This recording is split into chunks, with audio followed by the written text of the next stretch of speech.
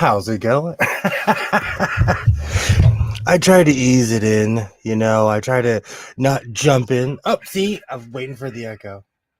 I try not to jump in too hardcore like I used to. Hello, how's it going, Kilroy?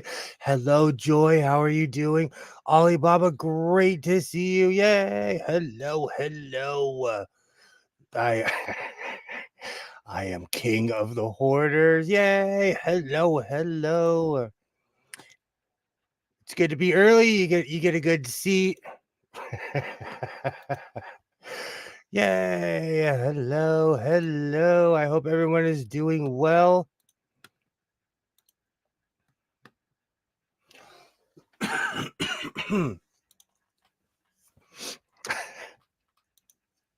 Oh, stammer. Eventually it'll come out. How's it going? My name is William, and this is my so-called life. I hope everyone's doing well. It's Wednesday, and there's a lot to be sown this evening.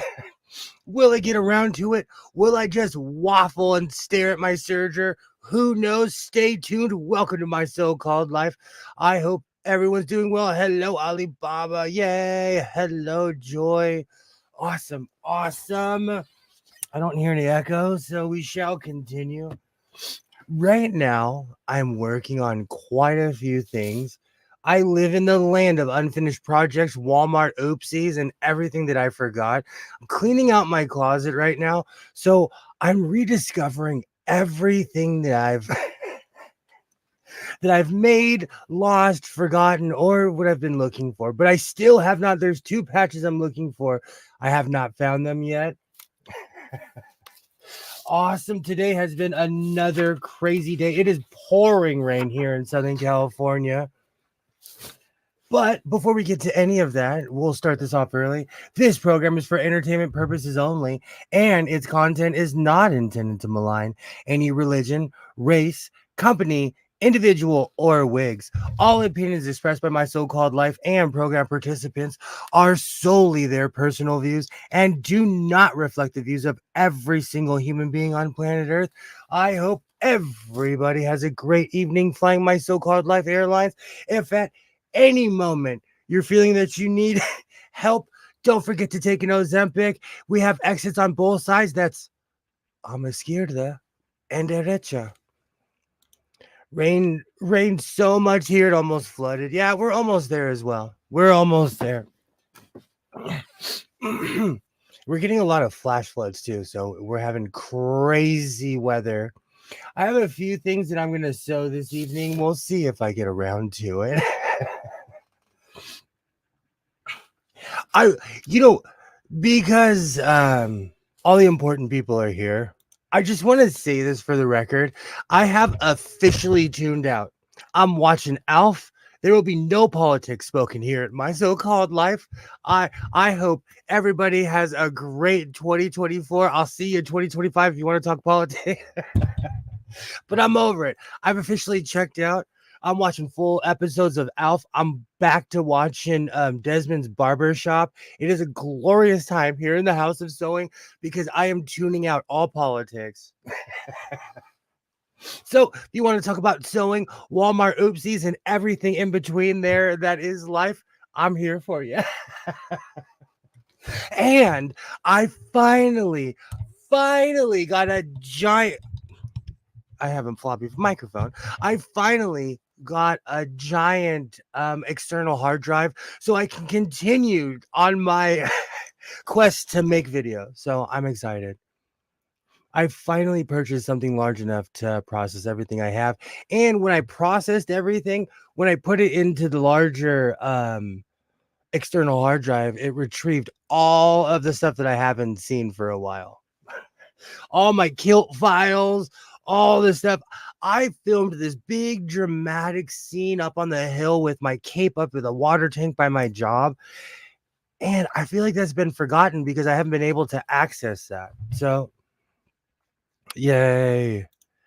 There's a problem with that policy, and that politicians did that thing, and I'm upset about it.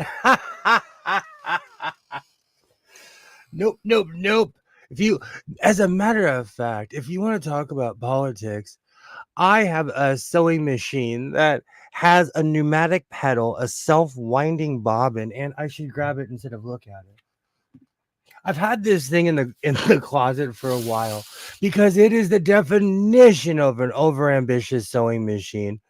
Yay! Hello, Water Nay. Hello, Liz. Hello. I've been watching a few old movies over and over again. A Streetcar Named Desire, Midnight Cowboy, Zobra the Greek, those kinds of movies. Absolutely.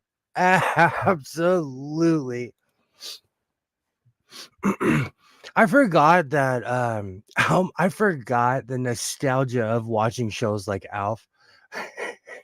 And there was an episode, like I was watching it right now, and I'm sitting there and I'm like, oh, I remember watching this. Like literally like 30 years ago. Oh, they sound like good movies, Kilroy. Awesome. Awesome. I'm over it already. And I found this in the Walmart oopsies aisle because I'm making another black hoodie because I try to make semi simple things on stream, but I have fallen in love with this. This print is just absolutely awesome. So I'm gonna make a hood out of this. It'll probably be this way. But I'm one of those people who turns an oopsie into something that's amazing.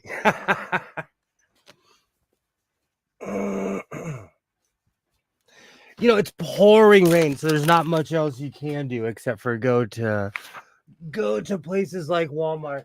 One of the things I love about being in LA is that I can go to a lot of outdoor places. Man, we have swap meets during the week. We have swap meets on Monday, Tuesdays, Fridays. And you know, so when it's raining, I'm like, well, what do I do with myself? But alas, I have found quite a few things to do, quite a few things to make.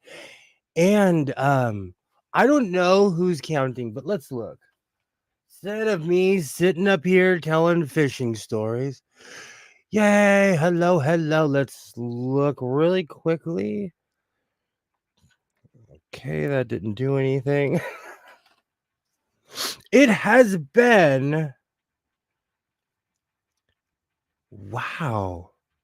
Has it really been that long? It's been a month since I've purchased a sewing machine. Even I'm shocked. You saw my live reaction where I'm like, oh, wow. It doesn't feel like it's been that long because I'm constantly purchasing stuff, but it's been an entire month. Yay. Hello. Liz, Marlon Brando is the dictionary definition of a hunk in A Streetcar Named Desire. Great movie. I have all those movies, the Hitchcock movies, all of those. I gotta go check out Marlon Brando movie. And here I come. Awesome. Wow. It's really been that long because every time I purchase a sewing machine, I put it up on my community tab. That's awesome. So, anyways, I've been purchasing a lot of fabric lately. I'm thinking about going back to Modelo Man. I know it's so frugal season. I don't know if I'm going to participate this year or not. I went out of my way to participate last year, and I'm not going to say much about it. It's something that's amazing. I had a great time participating in it. I met a lot of awesome people. Oh, I might do it. Who knows? The month's not over. But I need to make something that's not a coat or something that I don't always make, you know? So if you have any ideas for So Frugal or anything that you would like to send me that's like free patterns, I'm down because I need new ideas. I guess I should do So Frugal. Again, I'm sitting here waffling, not knowing if I should do it or not. Let's see. I got the external hard drive. All right. So I'm going to pull that sewing machine out because it's actually something that's kind of amazing. It has a pneumatic pedal. Make your TJ that would be one viral video. That would be one viral video.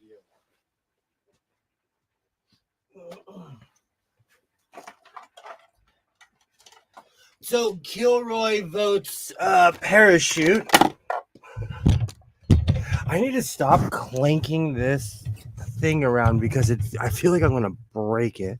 This is a pneumatic pedal, and it's a marvel to some people how a sewing machine can be powered by air,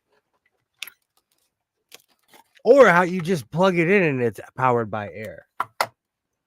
But these machines are awesome. This, I don't even know what to call this machine. Give me a quick second. I'm going to plug it in and untangle this cord. I don't know if it's rare. I bought this for $18.99 in Ventura. I left the price on. Oh, man. You know, it's Wednesday, but it's feeling like Monday. All right. Perfect. Perfect. Oh. Oh, and I did that without knocking the TV over. If you quit sitting so damn close to the camera, you'll quit. Well, it's because when I won't do it. Should I come in really close?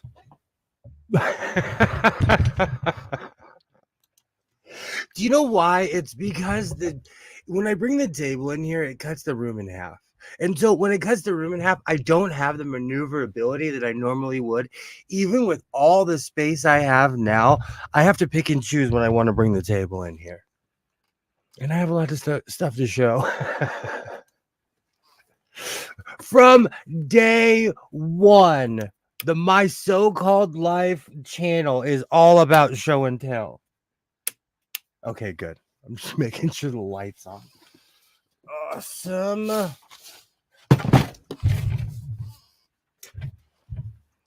So this is a Singer cocktail. Oh, let me move my phone. That would help. It literally says cocktail. This one has stumped me. This one has stumped me from day one. Thank you. Thank you very much, Polished and Assembled. Thank you. This machine has stumped me from day one. It has the atomic symbol on it. Oh, thank you, Joy. He can't see either way. I would need many cocktails. This machine, I've seen a few of them online, never this color. And I'm not saying that this is rare. I'm not saying like, oh, I own something. This is more of like, it's just one of the most overambitious sewing machines I've ever come across. It has a self-winding bobbin, a pneumatic pedal. I think they took all the technology at the time and they just jammed it into a sewing machine. The cool thing I didn't even notice until I got this home years ago is that it still has, I don't want it to fall out, all the original parts in it. Every foot that came with it, everything. So that's a plus. And the needles, the perfect needles for it and everything.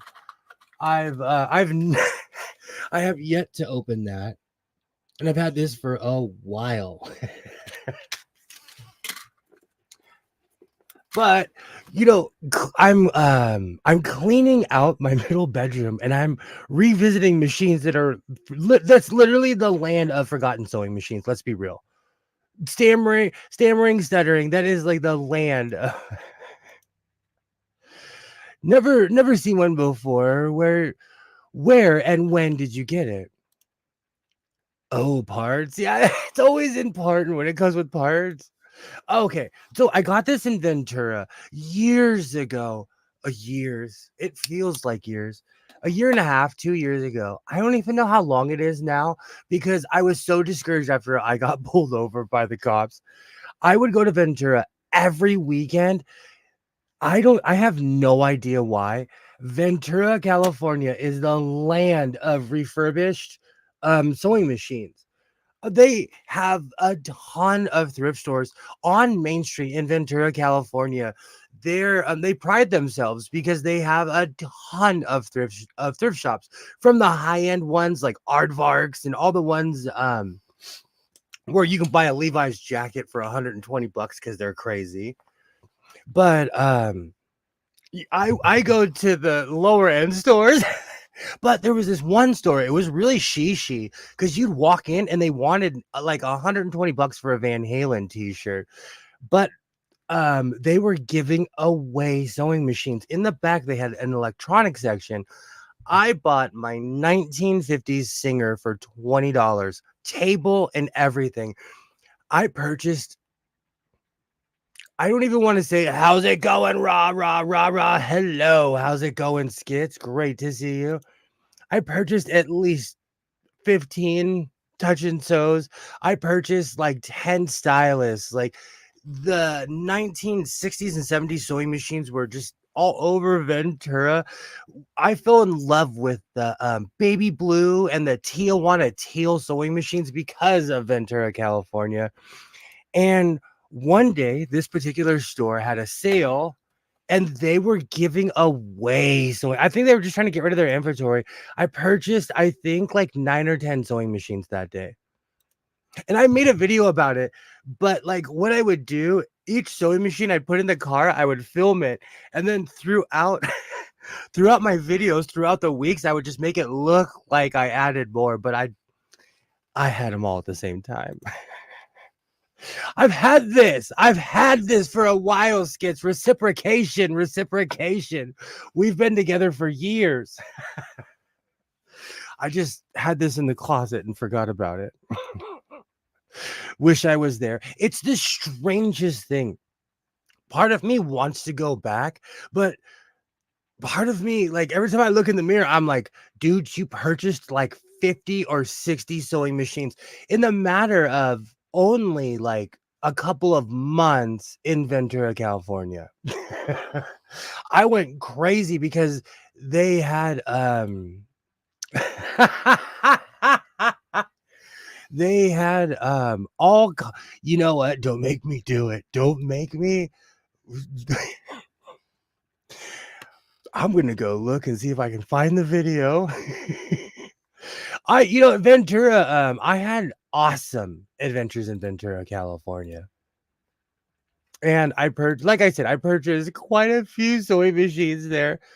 I haven't gone there in a while because I shifted my focus from my insane need to fill this room with sewing machines to actually using them. So I started sewing more and I geared myself more towards fabric. And here where I live, you can go just as crazy. Now you're going to make me find my choppy videos when I was like, hi, welcome to my so-called life. Oh, actually, no, it was the how's it going? Something. I can't remember. But I'm going to go through my videos. And you do. If you have the number of machines I have plus one or more and you have a problem. If you have the number of machines I have plus one more, you have a problem.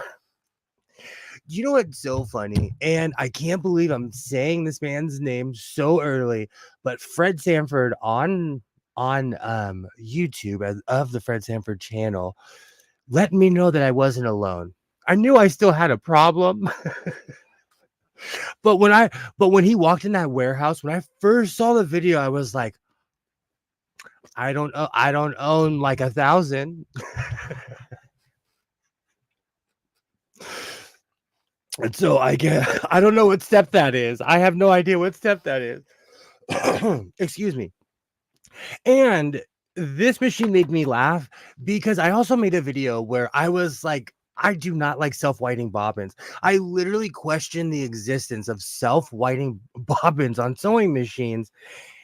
And then I bought this. You should have seen my face when I brought this home and I was like, man, I need to start checking these things. But because I'd never seen the cocktail, I was like, oh, I'll take it. What I'm sitting here saying is that this is one of the most overambitious sewing machines I've ever come across. But hello, Ollie, I'll start. I'm taking my glasses off for this one because Ollie's admitting, hello, Ollie, I'll start. I am Ollie. I am 25,000 years old, Neanderthal, and I have a problem. Should I start mine off like that? Oh, Encino Man. I like that. That's gonna be my next video. Encino Man. I'm gonna go to Encino, California, and go thrifting. I am too, but I am too, Ollie. But I'm 30,000 years old. Oh, those were the days, huh? Those were the days. Oh, something hit parade. Oh man, today has been a day. So I'm actually really stoked because after the story, you know what? I'm actually, let me show you. I think I could actually find that video. One of the reasons I stopped going to Ventura, California is because I got pulled over. I'm not gonna this is not a politics channel. Let me see if I can find it. The video is called It's Always Sunny in Ventura. But I quit going. And quite honestly, like I bought quite a few sewing machines, so it's okay. Let's see.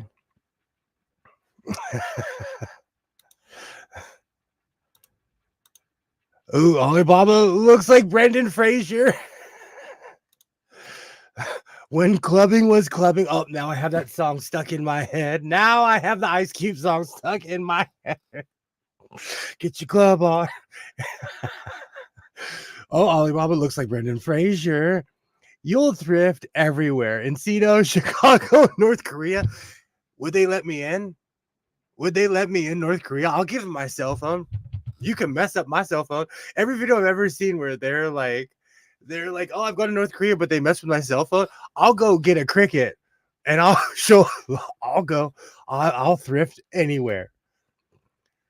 And Chicago would be amazing. I would love to go thrift Chicago. Yes, those days long, long gone. Oh, that's hilarious. It's okay. You can admit it. I'm trying to get to this sewing machine.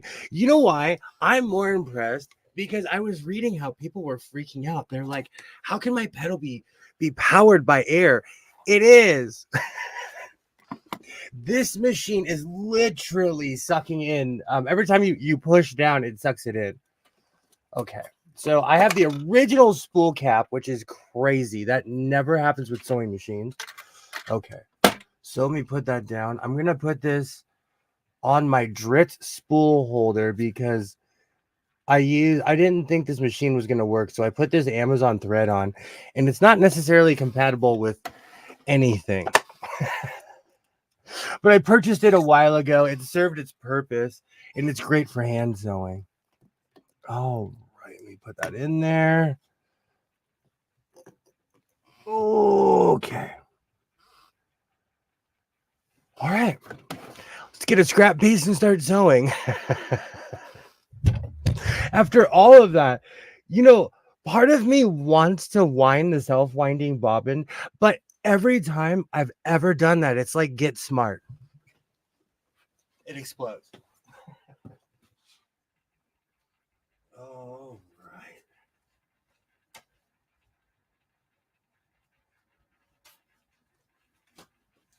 Do you think this machine can handle denim? Let's make a quick patch. I do have to fix these pants that I'm wearing right now, so this is perfect. I'm just going to cut a square piece. Perfect. And my scissors. My scissors are hurting. Okay. So, like I said, pneumatic pedal, bells and whistles, all kinds of amazing things.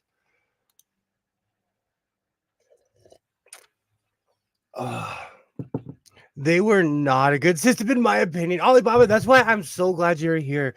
This sewing machine, I think they were like, let's take all the overambitious technology we've ever had in the past 20 years and let's put them on a sewing machine for no reason and call it a cocktail. Oh, wow. Yay, rah, rah. Hey, skits. No, no, not really good for denim, specifically when there is 2 layer or more. Let's go. Let's try it. Let's try it. Pirate sewing pneumatic pedal. Oh, it's eating it. Oh, you know what's so funny? I'm trying to do it right-handed when I do everything left-handed. Oh, that's perfect. I didn't expect it to actually work.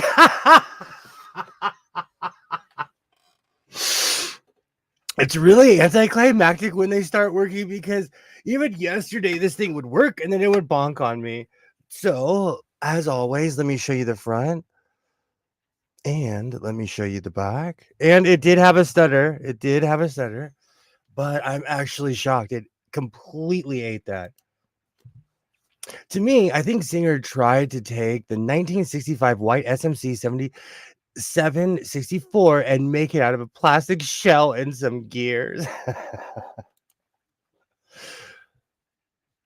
Fold it over and try the next step. You're trying to Are you trying to crash this ship? We're flying straight this evening. It's the cocktail. You need a designated driver for this machine. Oh, good times. That top spool is fragile with H2. These drive me crazy. This was yet again another overambitious thing that someone said, hey, let's put pointy plastic right where we're going to have the thread. Because the second it goes defective, it starts cutting the thread. Awesome. If we crash, I'll be on short leave for the appropriate finger pointing and mockery. Of course. Oh, the spool holder. You don't like these sideways spool holders? I'm actually shocked that because it came with all the original pieces that I have a spool cap. In the world of refurbished sewing machines, you never get a spool cap. Ever. Oh, give me one quick second. You can look at this beautiful sewing machine.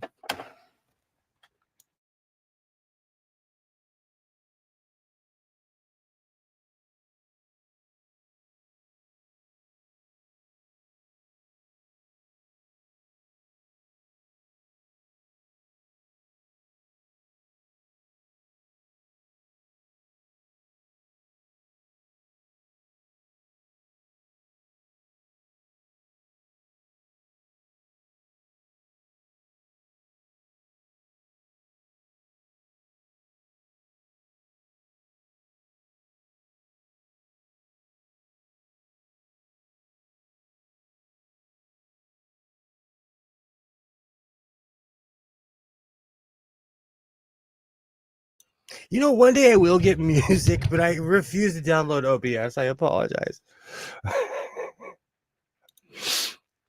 The spool cap is always missing. It drives me crazy. It's the Where's Waldo. But do you know what's so funny? Like when I buy sewing machines at thrift stores, I'll see the sewing machine. And then the hunt begins. Where's this? Where's that? And sometimes someone will be cruel and they'll take a piece and they'll walk it to the other aisle or they'll do something with it, They break. They do. All right. So I can't believe that worked. Half of me, I expected this thing to explode because I am I am I am literally head of the Touch and Sew Preservation Society. In this room, I have a real life touch and smoke. If you don't know what a touch and smoke is, Every time I would turn this particular touch and sew on, no matter what I would do, it would start smoking. Literally. So its name is the touch and smoke. And when it decides to stop smoking, it can join the rest of us. I still don't know what is wrong with that machine. Okay, smash it with a hammer. I haven't completely lost it yet. All right, so I'm gonna move this, and then I'm gonna start putting the pieces together for what I've been making. I have to check. I think I'm further ahead. All I have to do is add the arms on and start sewing. So I should get the other machine ready. Oh.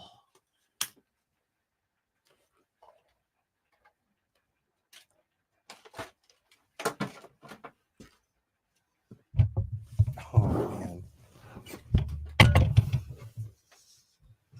It needs to be, you think it needs to be rewired? Oh, the touch and smoke. That thing is a hazard.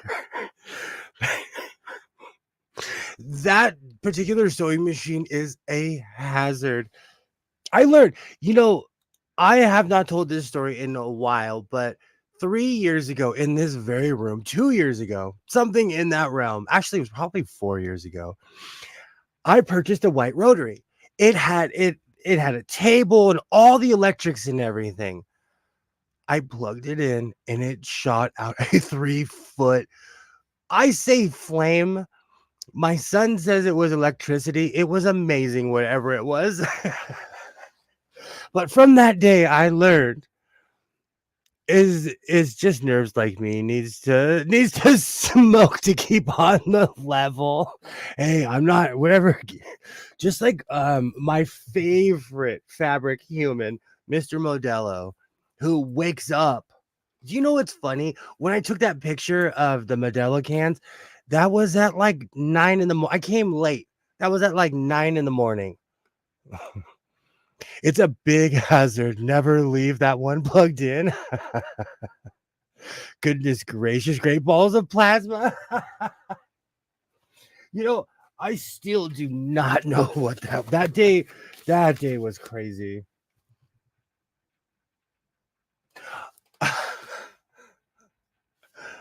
I completely forgot. I was gonna save this for for our lovely co-host, but there's a lot going on this evening, so I will show it right now. I ordered a patch a while ago, so long ago. I kind of ordered it on a whim. The only reason I ordered it is because it said Hollywood, California on it. And as somebody who has lived there, hung out, lived, and partied in Hollywood, California, I feel like I'm eligible to sport a rocker that says Hollywood, California. The band that should I take it out of the plastic? Do you know what the funny thing is? I've had this in my electricity doesn't make 3 foot flames unless you work in a power plant. Something popped in that machine. It was well, it probably hadn't been plugged in 100 something years. That that machine I think is from the 1930s, I think. And the motor was most definitely added on. Or the machine's probably earlier. Did I just show it? So I ordered this patch on a whim at one of those 3 a.m. What am I doing? And it took so long that I forgot it was coming to my house. The bushing gap sparked with grease and dust to help arc it. It was crazy. You had that plastic in your seam press. I'm glad you didn't forget and turn it on to breathe. I only look like the Nutty Professor. Keep in mind, my first car was a 1983 Ford Ranger. It was a two-seat. It was a legitimate two-seater truck. And when I bought it. I got in that thing. I turned it on. I was so excited to drive it. I turned on the radio and I could see there was a tape in it. This was in there. It was Dr. Feelgood. This will forever remind me of the first vehicle I ever had. I ordered this obviously at like 4:30, delirious, bleary, and then went to bed after. This took so long to come to my house. I forgot about this thing. And this is larger than a normal back patch. I'm probably gonna put it on my Levi jacket. But the thing is, I have a newer Levi jacket, so I kind of want to wash it 100 times before I put a patch on it. Yay, joy. I'm here. I'm listening while I work. I promise I will waffle as long as I can. Sir, you are not 17 anymore. You can't wear anything with so, okay, but here's the thing. All those people that were 17 are my age now. That's that is the definition of equivocating. I am equivocating. I am. Because I'm justifying my actions as I have Dr. Feelgood stuck in my head. And yeah, I was 17 once. And these guys were way gone when I was 17, but I love it's not a stinky dinky and those go in the oven.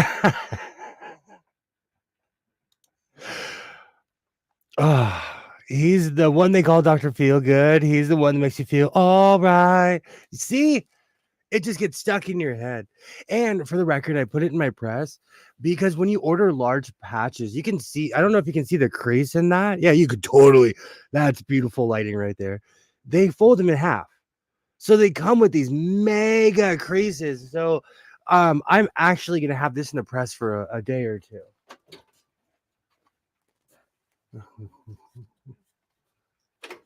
And like I said, I have that new Levi's jacket, but I want to wash it and really, because Levi's is funny. Like you'll buy something and then eventually if you wash it enough, the color fades into what its real color is.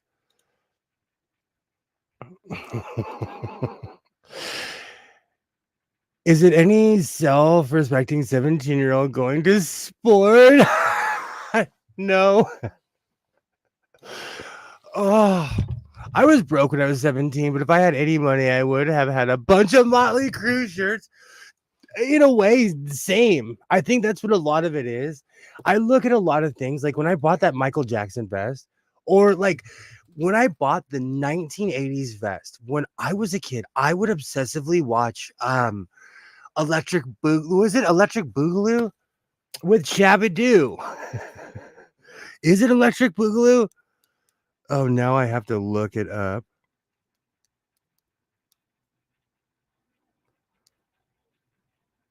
It is. Yes, Electric Boogaloo with Shabby-Doo. I watched both of those movies when I was a kid. That's what inspired me to buy that cheesy Amazon vest that makes me look like a linebacker.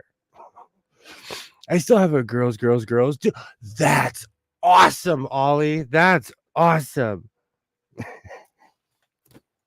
When I put on the break-in, for people who haven't seen the movie, it's break-in. When I put on the break-in gear, I was like, okay, I'm stuck in the past. But that's a good place to be stuck in. Electric Boogaloo sounds like a sex position. There's a lot of dancing involved. You'll be in shape. I saw the concert and got something from each member except the singer. That's awesome. I love stuff like that. That's like when I went to the Long Beach Arena and I saw Iron Maiden, Dio, and Motorhead. I had an opportunity to talk to Dio and I didn't because I was intimidated. And now that Dio's not around anymore, I want to kick myself because there's quite a few people I have talked to, and I'm like, these people were awesome. Or, they shushed me on Santa Monica and Robinson Boulevard in 2001 or 2002. Lenny Kravitz. He's the one that called Dr. Feelgood. He's never going to get over that. All right. I'm going to bring back my other sewing machine because I'm talking about Lenny again. It's time to start sewing.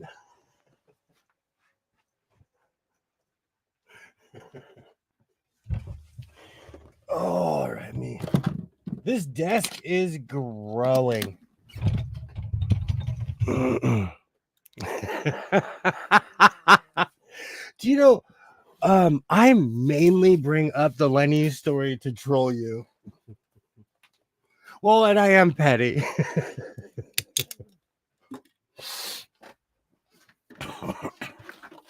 You know what's so funny? One day I will learn the lesson. Do you see that koala? Do you see that glowing koala over here? I have discovered the world of Bluetooth speakers because I'm from the past. I'm not stuck in the past. I'm from the past. And the other day, I told myself, like, don't buy a koala speaker. It's the dumbest thing on earth. But I kind of like it. So I waffled for a couple of days. I gave myself a hard time. And then today, because I'm a really responsible adult, my son and I went to our dollar store and I went on a candy run. And during the candy run, I went and purchased the koala. I got the koala home. It worked for a while. And now it's just a glowing koala. I'll figure it out, but it makes me laugh because I had this grand debate, and then I had the like, you're old enough to do whatever you want thing. And the koala doesn't even work. Where would that room be if you didn't buy a bunch of stupid shit? Nowhere. Nowhere. This room is a TARDIS. And plus, it all started because in Star Trek Lower Decks, I won't give it away, but there's a koala that's incorporated in the show, so it makes me laugh. And it actually fits the Star Trek motif that's that's just kind of slung around this room. I'm really surprised YouTube let that go through. I have most of the blocks over, so you can say what you want. But YouTube does hold back a lot of stuff from people. All right. Yeah, today definitely feels like a Monday. I think it's because I'm driving around, it's rainy, I'm just not in the mood. You know what? I need to take my boots off. I'm going to lose a foot or two. I have my actual work boots on because it was pouring rain and I can't mess around. And the funny thing is, people think I'm 10 times taller because of these things. Oh, takes a second. What else happened today? I bought the koala that kind of works. I have to point and laugh at myself about the koala, though, because I truly sat around and was like, don't buy the koala. That's dumb. But then I was like, oh, it's total Star Trek. It didn't work. And that's where my bottom line is. Like, you can't be in this room if you don't work. Sewing machines, all the broken ones, or on the far side being worked on. Like, I like to have a functioning museum. Okay, that was glorious. Oh.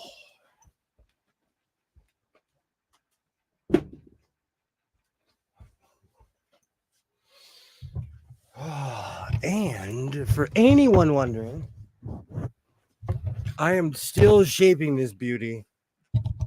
It's me. I'm the one that destroys mic holders. I know it's me. Oh, this thing is hardcore. This hat is hardcore. When I saw this, when I purchased this, I was like, I don't know if I'm hardcore enough for that. But I'm still shaping it. And you know what the funny thing is? This is how it's supposed to look. This is exactly how it's supposed to look.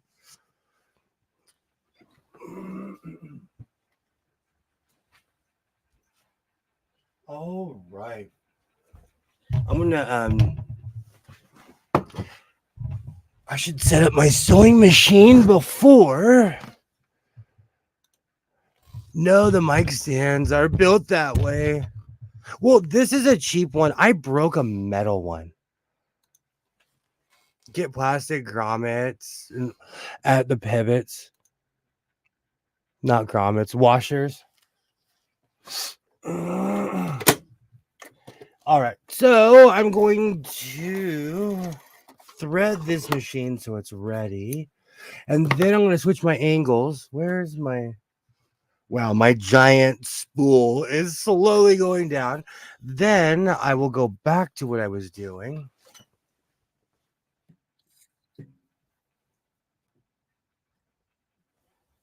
Perfect. I love my Dritz holder because it's perfect size. I have quite a few spool holders in here, but the Dritz is perfect because it has a cast iron base. And it's important because it'll hold almost anything. And the heavier the spool, you really don't have to worry at that point. But I have I took the spool holder off of the blind stitcher, and it looked like a beast. That thing was green and metal. I got it off of the blind stitcher, and it was like flimsy and sheet metal, like really thin sheet metal. And the ironic thing is, I went looking for it last night and I couldn't find it. But it always starts an expedition because I start cleaning and discovering other things. Because, like Kilroy affectionately points out, I am a real life hoarder. Awesome. Yeah. Yes, I want the old style cast iron base Singer Industrial 3 spool holder. You know what's really funny? When I'm like out and about, when I'm hunting at thrift stores, these are the items that I'm looking for, is exotic stuff like that, because they really don't exist anymore. I got lucky because my predecessor actually had these spool holders, and I was like, where did these come from? I have a smaller one, but it just doesn't hold up. It has a good cast iron base, but I needed this one because it's taller than all the sewing machines. The smaller one, I would have to perch up on things, and it just seemed pointless to me. There's a video where I legitimately have a small Dritz holder, and I have it balanced on like 6 or 7 books. I'm not kidding you. I want one of those holders and the light. Absolutely. Absolutely. I have 2 in this room. One. That's why when you guys thought that was an antenna, it took me a second. I was like, what are you talking about? I just sheepishly nodded my head like, yeah. Because I have an antenna on the side of my house. They're handy. Because, like Alibaba was saying earlier, a lot of the spool holders, a lot of the clasps in older machines, especially the plastic made machines, they disintegrate over time. And with my spool holder, I don't even have to think about it. There's machines, I get home, I take a picture of it, I get it threaded and everything, and I'm like, oh, it doesn't even have a spool holder, but I have my own, so I'm not even thinking about it. Hello. How are you? That's a loaded question. I'm okay. How are you? Are you still grousing about the rain, and is it making you feel crummy? Yeah, grouse is I today the couch is talking. The Pee Wee Herman word of the day today is grouse. The walls are shaking, the clock's talking. Gosh, I think I officially just said my age. I never watched that show. I think I maybe saw like 5 minutes of it one time. It literally was a part of my Saturday morning. Pee Wee Herman's great. If you hear someone in the background, my friend Josh is visiting. I'm building a Victorian witch house. Hi, Josh. How are you? I'm good. Hi. Yay! Welcome to my witch house. What? Show yourself. Say hello. We are all love here in the House of Sewing. Come around and say hello. Hello. Hi. Hi. I'm building a witch house. Yes. Yay. That's awesome. I can't sew it, so we'll save this for a different podcast. But if you hear me like swearing in the background or like cussing but then celebrating, that's probably because I'm building this really complicated model. I understand. It's one of the reasons I don't do really complicated things on stream, because it's like real life frustrating. Yeah. Saying I'll horrible leave the things. entertainment to you and Lene, but it's very nice. I've been listening to you for the past half hour. Awesome. It's great to Awesome. hear from you. The trifecta of sewing stuff: the Singer factory set, factory light, floor stand, and that reminds me, I need to go see if that Singer is still at the Salvation Army, the one they wanted a couple $100 for with the nightstand and everything. Maybe it'll be half off day.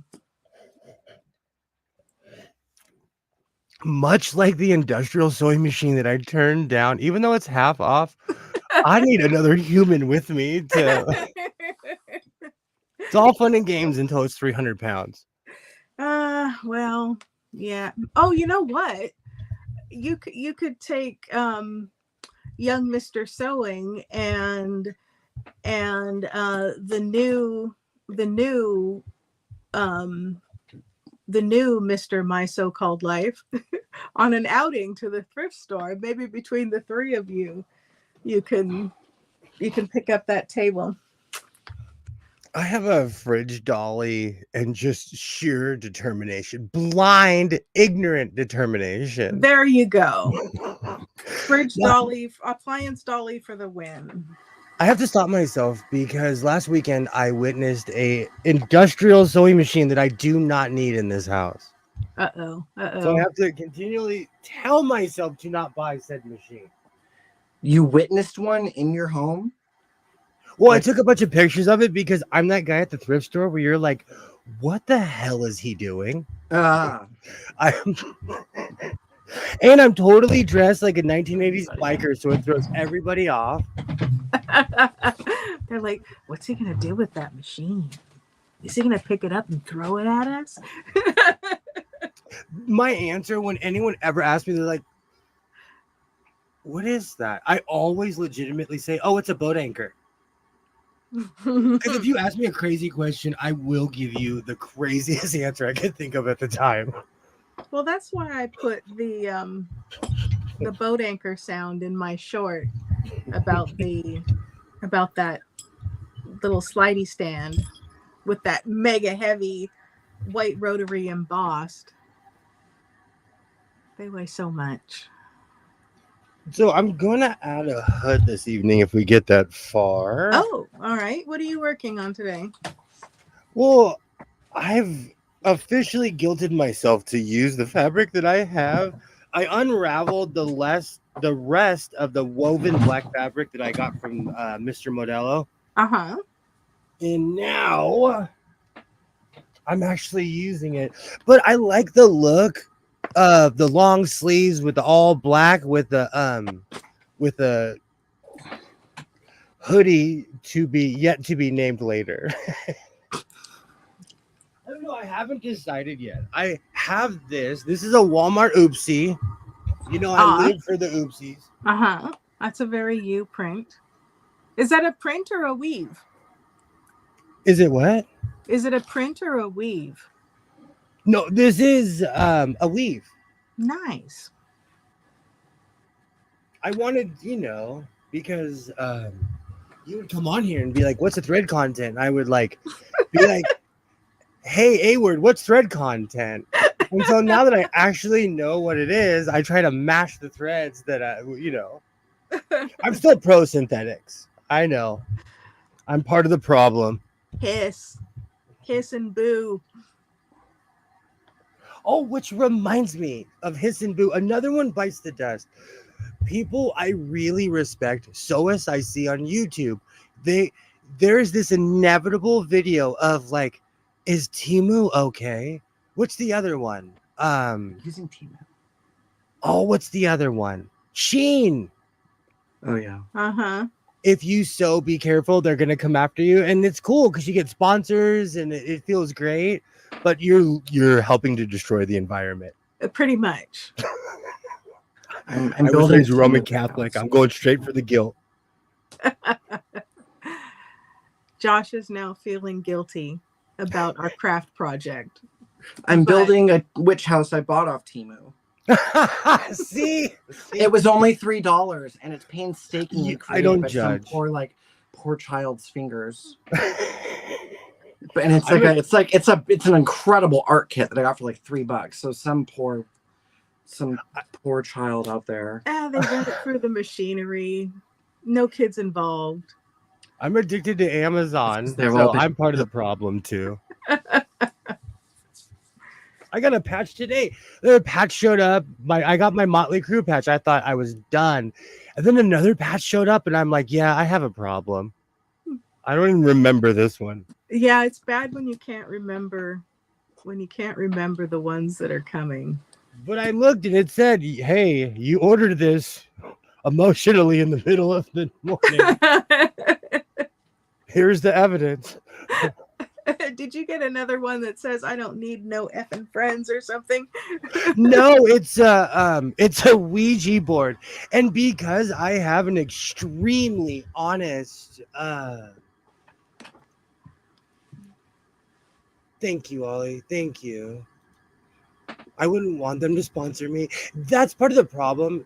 And like there's a difference. Some people get offered money. And I am a true capitalist. I have a price. Come at me. I'm not saying I don't. I will not sit up here and tell stories or lies to you. But it's just weird to me.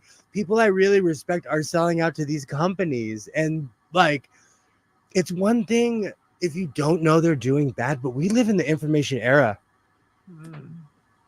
I'm sorry. Like, you can Google the desert in Southeast Asia where there's literal piles of Sheen clothes burning. Yeah, that's the problem, that we don't keep clothes, and even if we want to, a lot of times they just can't stand up to the wear and tear, and they end up just getting thrown out. And then because so much of it is plastic, we end up with a wrecked environment. Did someone say erect? No, someone did not. For as much as I come out here and I say no politics and I joke around, that is one of the things that I try to be one less person who's part of the problem. Yeah. For as much as I consume, I haven't said this in a long time, but my channel basically started because I sew stuff, but I worked with an organization that would help give clothes to people who actually needed it, because I was really good at buying bulk amount of clothes. Mm-hmm. Imagine that. But it showed me how much is just laying around, like pallet after pallet in warehouses, and people buy these and they go to Africa, India, Yeah. Said I wasn't going to talk about politics, and here we are. Socks aren't lasting me anymore. Bought a sock knitting machine. What? Ooh. Wow. Have you tried Alibaba, those new the new inexpensive versions of the old style sock machines? I've seen a couple of the knitting channels use them. I recently went crazy on Amazon and bought, like, I'm not even being an exagerado when I say this. I bought over 100 pairs of socks. I threw away every ratty pair of socks, every mismatch. And I was like, okay, I'm going to start over. Which, by the way, my socks are glorious right now because they're brand new. Alibaba says the little plastic sock machines don't look good to me. Yeah, I mean, one of the original ones would be really nice. Or at least one of the like vintage ones where they weren't like completely flimsy and disposable. But let's see. Alibaba says, and that antique one was so complete, I don't think any other could compare, really. Ooh, maybe you should have splashed out on the $2,200. Am I a bad influence? And Kilroy says, you're always a Nick Sawhead, although. And my answer to that is life is always better with some salt and pepper and hot sauce. Oh, here, can you pass me my thing that I... Perfect wood boxes, manuals, all the many parts with upgrades. Oh my goodness. Oh, see, now you're going to be thinking of that later, and you're going to be like, the sock machine that got away. You could have started a hand knit sock business. Well, hand machine knit sock business. I say, try to justify the $2,200 sock machine. Do you know, that's like when I got my blind stitcher and I finally figured out what it does. I was like, okay, who needs 200 pairs of pants with perfect pockets? I don't know how many rugs I'm going to be binding with my rug binding machine, but I figure it was worth the $50. I got you covered. Even if I only do one rug. You know what's so funny? My blind stitcher taught me to not buy things over 300 pounds. But what about that cabinet? You want it. There's no way that thing's 300 pounds. And with my fridge dolly, I'll tilt that thing sideways, put it in my hillbilly truck, and it's nothing. It's nothing. You should go get that. The industrial, like when I work out at a flat foot. I stood there flat foot and I picked up the table. I was like, "Yep, that's 300 pounds." There's no way. And plus, I had my soccer mom car with me, so there was no way I was putting that in my flex. So, Alibaba, how long ago did you see this sock knitting machine? Can you go back for it? It's just a machine. Have you changed your mind? Do you know what's so funny? We are such enablers. It's so like we are the worst enablers. If you have the means and you can do this, I feel like I should come with a disclaimer. I'm a pirate with space. I am it's great expectations over here. Okay, I'm subsidized. I have sponsors. You have like an old woman in a wedding dress haunting your first floor. That would be awesome. That would be awesome. He has mannequins haunting his garage. Again, I do not assign souls to inanimate objects. They are 30 pounds of plastic, and the new ones are like 15 pounds of plastic. So Alibaba says that this sock machine is still there. Maybe we could start a oh dang it, starts with a C. What's it called? Oh dang it. Words. Cadre? A what? It's a whatever. We could all go in together on this sock machine and each have a share. We'll pass it around and knit a couple socks and send it to the next person. That would work with you and I. But Ollie lives in Canada. Don't bother me with logistics and technicalities. Just trying to get this sock machine. That is my favorite saying. And I feel like we should incorporate that more in our lives is don't confuse the story with fact. I say that all, but someone will say, but what about this and this? And I'm like, oh, you're looking for facts, huh? Let me tell you where facts are not is here.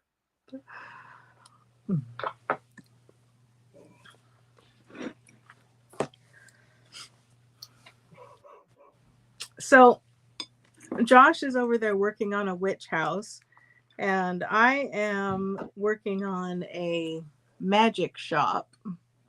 And so I'm looking at the little manual here, and I started off, I had to punch out some little wooden shapes that are going to be books. And then I took the little sticker off of the shape, and I peeled it off the sheet and I put it on the little book. And then the next step, I had to do that with 29 even littler books. And I said, well, this isn't so bad.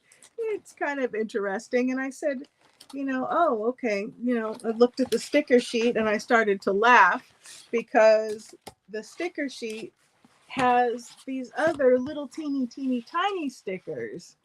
And I'm like, oh my word. And I said, well, when I get to that part, I'll be ready for it. And then I looked at the next step and I had to laugh even more because the next step was to punch out a bunch of these little tiny rectangles, only they're two. And I had to glue them together in order to put these little teeny tiny stickers on. So how do you think I feel? I'm making a gong right now. This tiny gong. This is fun, but it's not for the faint of heart or the impatient. No. It's for like retirees that still have dexterity and aren't shaking from Parkinson's. As somebody who gets the vapors and is impatient, I shall not go down that alley. I don't know though. I mean, you do slow stitching and things like that. So maybe But I like those. You like those. I love doing those. Those are actually therapy to me. This is fun. Well, this has been entertaining. We're entertained. I mean, we're creating something that's really unique, and it takes a lot of time and investment, but at the end, it's going to be lovely. I will have a decorated nook on my bookshelf. Illuminated with 2 AAA batteries. That's true. Ooh. It has like little lights and everything. And it's so fucking complicated to put together that it is really impossible that it won't look good at the end. Is it like that shed I ordered? I ordered a shed and it's still sitting in pieces in my other shed in my house. Is this a shed for your yard, or is this a shed for the facility? It's for my side yard, but it's the most complicated thing. And it came in pieces. And it came to my house and I was like, what am I supposed to do with this? What is it? Oh no. Build it. So is it one of those where it says, this can be put together with a hand screwdriver and an Allen key in 15 minutes, but what they really mean is that you need all the tools and 3 extra people in 6 hours? It came with real tools. It came with I still have the screwdriver. I use it at work all the time.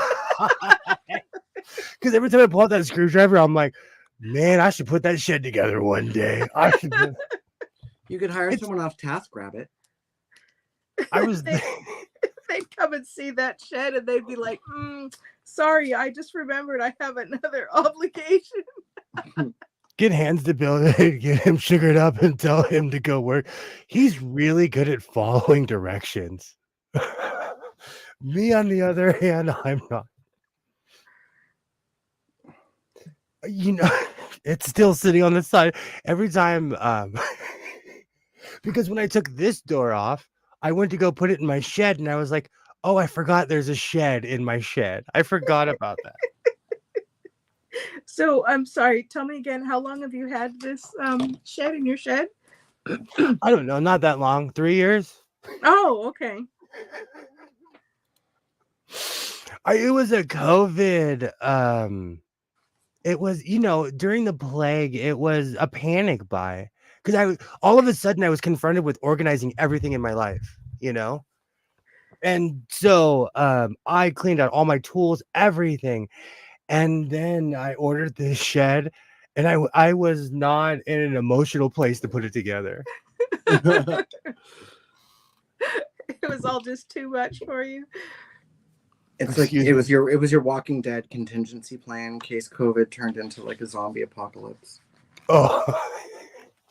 You guys could go hide in the shed. I had big plans for this shed too. I was excited. I should have just went to Lowe's. I have a Lowe's account. I should have just went to Lowe's and pointed and been like, I want that one, and had them put it together in my side yard. So would you say that there were a lot of tears shed? Yeah. You know, that's the one thing I miss about my old neighbor is that he was like the Xanax version of is it Wilson from Home Improvement. yes. He was like a shaky version of Wilson, and he's like and, and we were both of us are people who have contracting licenses and can't change our oil. And and he looks at me and he's like, "You ordered one of the most complicated sheds I've ever seen in my life." As his shaky eyeballs are over the fence, like, Like, howdy, neighbor. Well, I won't be helping to put it together, but good luck. "Hey, Chinese." Hello, Chinese. He was just a bit. He like, in the end, he got a little too weird. And if I'm saying that, get help. Because I love weird. I prefer weird. If you don't have a vice, I don't know if I could be around you. I have a vice. It's sewing machines and books. I have that same problem. My I told you I have Battlefield Earth because I've I love collecting crud. That is a big flex / confession. It's also a giant book. It's War and Peace. It's the size of the stand. And I have Which I'm reading right now. in the Big Bang, I can't remember his name, but his mother is always a disembodied voice. That is my mother. So she walks in and she's like, "Are you becoming a Scientologist?" She's reading the book. You're like, movie, I just really love their work. the movie was I am obsessed with B movies. And so during the plague, I discovered I had it and I watched it and I was like, this is bad even by my standards. But the book, like every cliche on earth, but the book is better. Speaking of which, I've said this 100 times. I started a new Star Trek book today. Oh, And in the sci-fi world, when you read reoccurring books, when they introduce a character and they're on the ship, you're like, uh-oh, you're not going to live long. You're going to do something bad. You're going to be put in a crummy position. But again, it's a good book. Somebody just came into my desk and requested a hooker. Came into your Chinese is the night manager at a hotel. and he just wanted a hooker. Someone apparently, oh dear. They probably have that's like some Las Vegas stuff. I'm sure those things don't go on in upstate New Jersey. New Jersey is known for its impeccable breeding and a wide diversity of flora and fauna. It is the Garden State. It's beautiful. I've been there, and I will say that I actually liked New Jersey more than New York. And I went to Manhattan and did not like it. Well, I liked the probably party. nicer, right? In New Jersey? Yeah. They were way nicer to me in New Jersey than New York. They'll talk to you in New Jersey. You don't exist. Keep in mind, again, me and the people I'm with, we were all dressed like 1980s bikers. I get it. Why are people in New York so mean, though? They were curious in New York. They were like, you don't exist. Yeah. But I have a cousin in New York. I have a cousin who lives in New York and he thrives. He's a cabaret singer. Oh man. And he thrives. So what a dream. No, seriously. And he's still there because I always judge places by like price. Like people will say, "Oh, how can you afford to live in LA?" It's expensive. I get it, but like I look at him like, how can you afford to live in New York? Because he's not from there. Just for those who don't know, Josh is an amazing pianist. What? You have to tell them that. Well, you signed in last time as Josh Morphus Music, so it's not a secret. I mean, well, thank you, Lene. That's wonderfully. That's very gracious of you. Thank you. He is. He's really good. I like to play the piano. That's awesome. I have a keyboard and I have this vision of buying a talk box and turning into Roger Troutman. But what's really gonna happen is that it's gonna become my theremin. The group in Living Color, they still play, they still tour, but the lead singer, he bought a theremin and the band almost broke up. Because of the theremin. And it's the most legendary documentary in there. And Why? It's because it's like it was annoying or what? yes, and like the lead singer starts showing the theremin, and they asked every single person in the band, and they were like, "Not the effing theremin." They all had the same answer. They were like, "I hate the theremin. And Theremin he was ruined just my like, no, life." you know, I'm really feeling strong. I'm gonna go in this theremin direction. In Living Color, Cult of who's with me? Personalities, great song. Oh, that is such a good song. Before So good. funny, you mean toll booths. I resent that North Jersey is like that, but Central and South have more agriculture. I thought New Jersey was beautiful. I was again, Manhattan had great food, great culture. It was overwhelming for a West Coaster. Made me feel like a bumpkin in the big city. So I loved New Jersey because people like it was like everywhere else. Manhattan is the only place, parts of Rodeo Drive, where I've legitimately seen people wearing Fendi suits, like unironically wearing designer clothes. Just like going to the store. Like you don't even get that here too much. People like, well, I mean, it depends on where you are, but never I mind. live in pretentious, like I got judged because I said, "Man, there's too many Teslas in my town." And somebody was like, "That's impossible. There's not that many Teslas." And I'm like, "You don't live where I live, dude." I live in Southern California, land of the Tesla. It's the new, would you say that's like the new like S class? That's the new like, oh, it's my 5 Series. That's the new flex.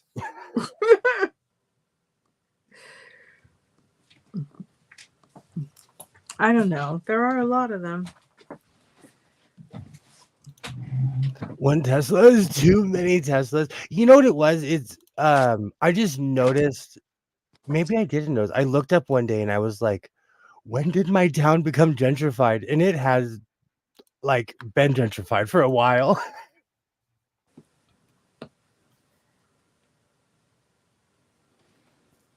Oh my word. These things are like 2 millimeters by 3 millimeters. They're so tiny. Oh my god, this gong is supposed to go on a freaking shelf. Sorry, guys. I would rock out on a theremin, Skits Crasher. Let me be clear, I'm not anti-theremin. I'm pro In Living Color, the band, and I just thought that was hilarious. But in this room, I have 2 banjos, an acoustic, I have tambourines, harmonicas. I'm all about being noisy. My failed synth pop career with my keyboard. The Tesla is not the new S class. Tesla is the new Yugo, except you can actually fix a Yugo. See, and that's another thing. As somebody who's mechanically inclined, I do not like cars that I can't work on. But as the years go on, who wants to drive a 1988?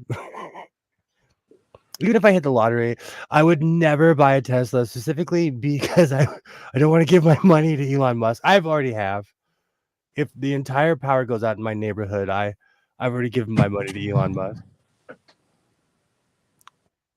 Star Trek, the original series, was a theremin. Wow. Let me check my notes. There was something else that I can't remember. I'm trying to think. Which part was from Star Trek, the original series, was the theremin? I'm thinking of the theme song in my head. I am too. I'm missing the theremin part. If I wouldn't get a copyright strike, I'd play it for you. In my original video where I'm like saying computer, years, that whole shot was years ago, and I am not above recycling old footage. So if I look skinny and I don't have a beard, it's from 2 years ago. But they put a copyright strike on me for that video. And then years later, they were basically like, you could take these scenes out or lose your channel. Good gracious. Well, some rights holders are just not messing around. I mean, in a world where you can't steal content for augmenting your own, I mean, what's really the point of trying? I'm not even trying to be mean, but like, I'm not hurting anybody by playing like 30 seconds of a Faith No More video because I live in No the past. way. Like, I live in the past. They try to take my channel down over. I've told the story a million times. And what saved me is I wrote in my rebuttal, I just want to rock out. And they actually accepted that as an answer. And they're like, okay, this guy's real. He's not a robot.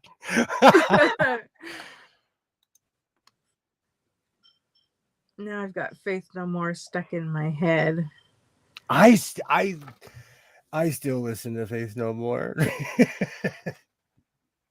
Oh, come on, Falling to Pieces. Oh, such a good song. That was like, that was my era. And I'm falling to pieces because I completely missed on that one. Wow. My pinning is off on that. Uh-oh. Uh-oh. What kind of self-respecting sewist are you? Oh, now I have Falling Pieces stuck. Oh, hey, Josh, can you pass me the iPad cord? StreamYards is a power suck. Thank you. How do you know my nickname? And never mind. Because it's you signed in. It was right there on the thing. What? Well, how'd you? No, my nickname, Power Suck. Oh, excuse me. Sorry. The whoosh. I mean, Hang on. I grabbed it. Okay. You took me back 25 years. I was like, what? Who's here? Well, I've heard some rumors. So I told you them myself. I hope this isn't like a family-friendly show. Sorry. He reads a disclaimer at the beginning, so I shouldn't even be talking. I'm not even on the show. Sorry, guys. Oh, you are. You're good. You are Don't now. worry. You are immortalized on YouTube forever now. Locked in carbonite. The FBI is going to be like, this guy watches weird porn and likes to sew. Oh, same. That's all of us. Yeah. That is literally all of us. I dare the FBI to go through my stuff. I'm boring. Like some low-level analyst has to sit there watching every minute. Yeah, but they're gonna come out of there knowing how to make some fab coats. Mm-hmm. I would love to have that conversation with somebody who's gone through my stuff. I'd be like, so what do you think? Who was like truly seeing, they would be like, first off, I watch a lot of videos about RuPaul's Drag Race. A lot of people talking about it. A lot of people but I also watch slap fighting. I watch I'm subscribed to, I don't know how many sewists. I'm subscribed to like 6 or 7 hockey teams, 3 baseball teams, a bunch of orcas. Dude, I ran across this website that I watched for like a week straight, which was nothing but dudes who like to get kicked in the balls by chicks. And watching these videos over and over were the funniest things I'd ever seen in my entire life. I mean, I honestly, watching men, never mind. Hey, if you're in that position, get help from the House of Sewing. If you're in that place in your life, get help, please. Because there's something psychologically wrong. No, that's great. No, that's great. I'm gonna go looking for those videos later. Josh is signing off. That's what he says, but he'll be prompted to say some comment by something. We'll get another witticism in a few minutes. Yes. Is it wit if it's just raunchy? It depends on who you ask.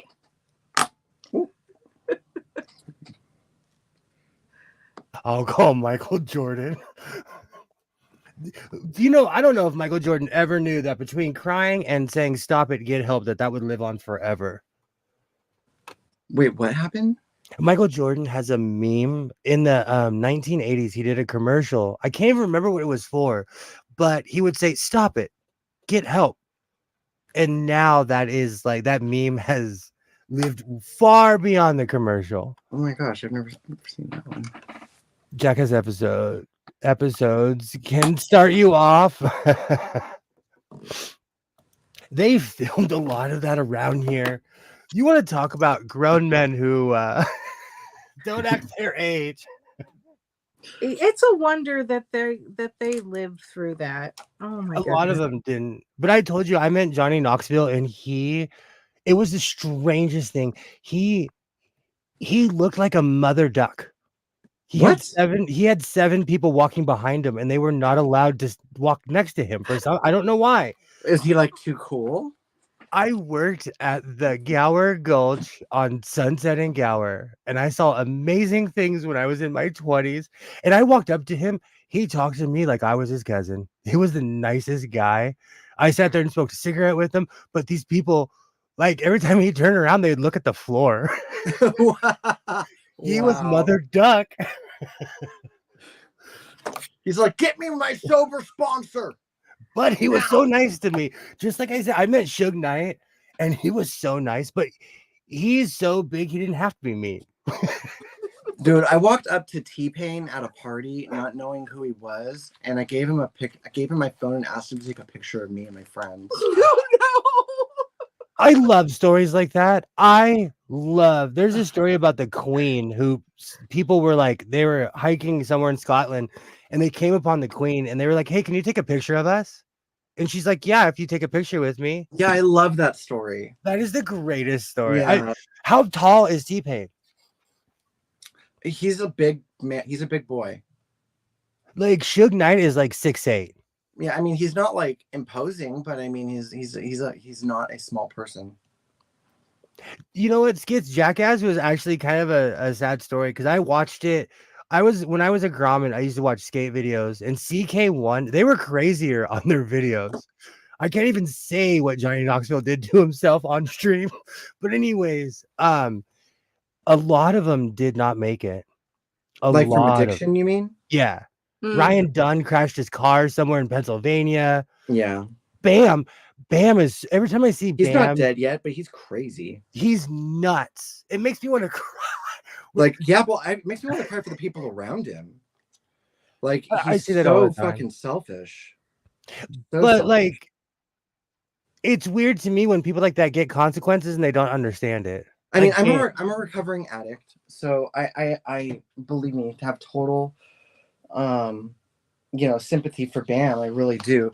But the guy is a blistering asshole, and he's had multiple opportunities to get help, and he just continues to treat his family and friends like terrible.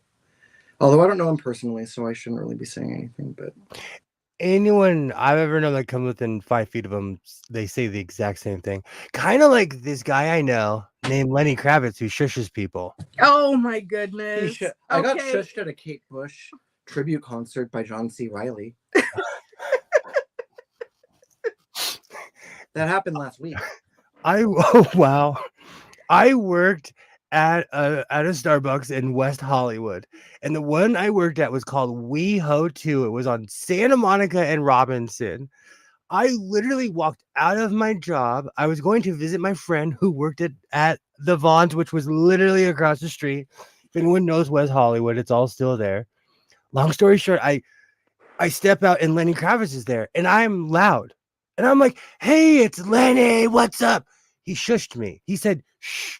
And because I'm me, I stood there. I said, "I'm a grown-ass man, Lenny." And I stomped off. I bet he was wishing he had Johnny Knoxville's posse of bodyguards. Posse of ducklings. Yeah. So if you ever hear me bring up Lenny Kravitz, I'm still not over it. And that was in 2001, like 2002-ish. You should write him a letter. Oh no. I'm so nuts. Or fucking like tag him on your Insta and be like, really rude experience of Lenny Kravitz. It'll totally go viral. I'm gonna I've been actually lately. I've been at peace with Lenny Kravitz, and I've been listening to "Are You Gonna Go My Way." Great I'm gonna album. make that red outfit with the That is pants and such a good everything. album. Sorry. Oh, it is. It is. And I'm not anti Lenny Kravitz. He's just a shusher. And only when he's, assaulted on the street corner by loud Assaulted. what he meant to say was, "I want to get away." Assaulted. Oh, hold on. Let me make you big now. Assaulted. I was giving it admiration. And he no. I think being shushed is an assault. Thank you. Like, he's honestly, on your side. No, honestly, I'm on team shush because, or anti-shush. If you're not someone's grandma from the old world, you're not allowed to shush people. My grandma was from a different country. My grandma, I have a really, really super Jewish grandma. Well, I did. I mean, I still have her, but she's dead now. So basically, we went to this deli called Label's Table in LA, and it's the alternate deli to Cantor's, right? Which is like all the Jewish gentry of Hollywood or whatever, LA, wherever the heck that area is, like you're either subscribed to Cantor's or Labels. So we're sitting at the table eating potato salad. My grandmother, everything she says, she talks like this, and it's like the coffee here is always cold, but we've been coming here for years. So basically, this lady, I'm complimenting the potato salad. I'm like, wow, this is really good potato salad. And the lady at the table next to us goes, "Oh, well, if you want good potato salad, you got to go to Cantor's." And my grandmother turns to her, finishes her bite, turns to this woman, and she goes, "I wouldn't be caught dead in Cantor's if the world had been flooded with piss." You totally reminded me of my grandmother. My mom had cancer 12 years ago, and she was going through chemo. And before my mom shaved her head, she was balding. And in church, my grandmother, they're walking in pews. So people are sitting down and they're walking. My grandmother looks at my mother and she says, "See, you're not balding like her. You're not balding like she is." Wow. My mom, she told me, she's like, "I felt the blood drain from my face." Oh, wow. Wait, you said that to her about another parishioner? My grandmother said that to my mother about another, Oh. because my mom was self-conscious because she was losing her hair. "Hey, Rashawn, how's it going? How's it going? It's Wednesday. Just enjoying the week." Today has felt like a Monday, but these streams always make me feel better. Yeah, I'm sorry for hijacking it, but it's been Oh, fun. please I hijack. can't keep my mouth shut ever. I'm the same way. You're the special guest appearance, and that's okay. Lene, the color's draining from Lene's face. No, I She's haven't like- seen the sun. I'm already pale. If I get any paler, they'll never give me my card back. Actually, there's like 15 things I'm not gonna say. I was about to say, you'd get better roles in movies. Like, If you have to reference the card, it's probably already taken in the first place. I'm kidding. No, today has just been crazy because I felt like a Sherpa today. I'm driving my kid around. It was raining. It was crazy. I just wasn't feeling well. And so the insanity of being driving my child to a high school and all the craziness got to me. And plus, again, I saw this evening, and it's not like you're listening, but I'm going to say it like you are. To that person that I see, and it's not just one person. How can you drive with your headlights off at night when it's raining? And it was torrential downpour earlier. Like, it was like, where do I live? Yeah, I couldn't see with the sun out. Maybe it was Bam Margera. I think it's because my son's class, it's like right by the main boulevard. No one, every 10th car doesn't have their lights on. Is it because people is it because our cars think for us? Well, I a lot of people, yeah, the lights automatically turn on sometimes. Yeah, and then I think a lot of people, we have so many lights in the interior nowadays. I think that sometimes people don't realize that their headlights aren't on because they've got everything lit up on the inside. It's my new old man get off my lawn. Like it's like when you buy a new car and then all of a sudden you see that same car. I see every car with their headlights off now. People are crazy. I know the road's filled with people like me. Gotta be careful. Have you been driving with your headlights off, Josh? No, just with my cell phone in my hand and my eyes not on the road. That I'm gonna need to take an aspirin just on that sentence. Oh Right? my goodness. I'm gonna need to be Yeah. hospitalized. That is the number one.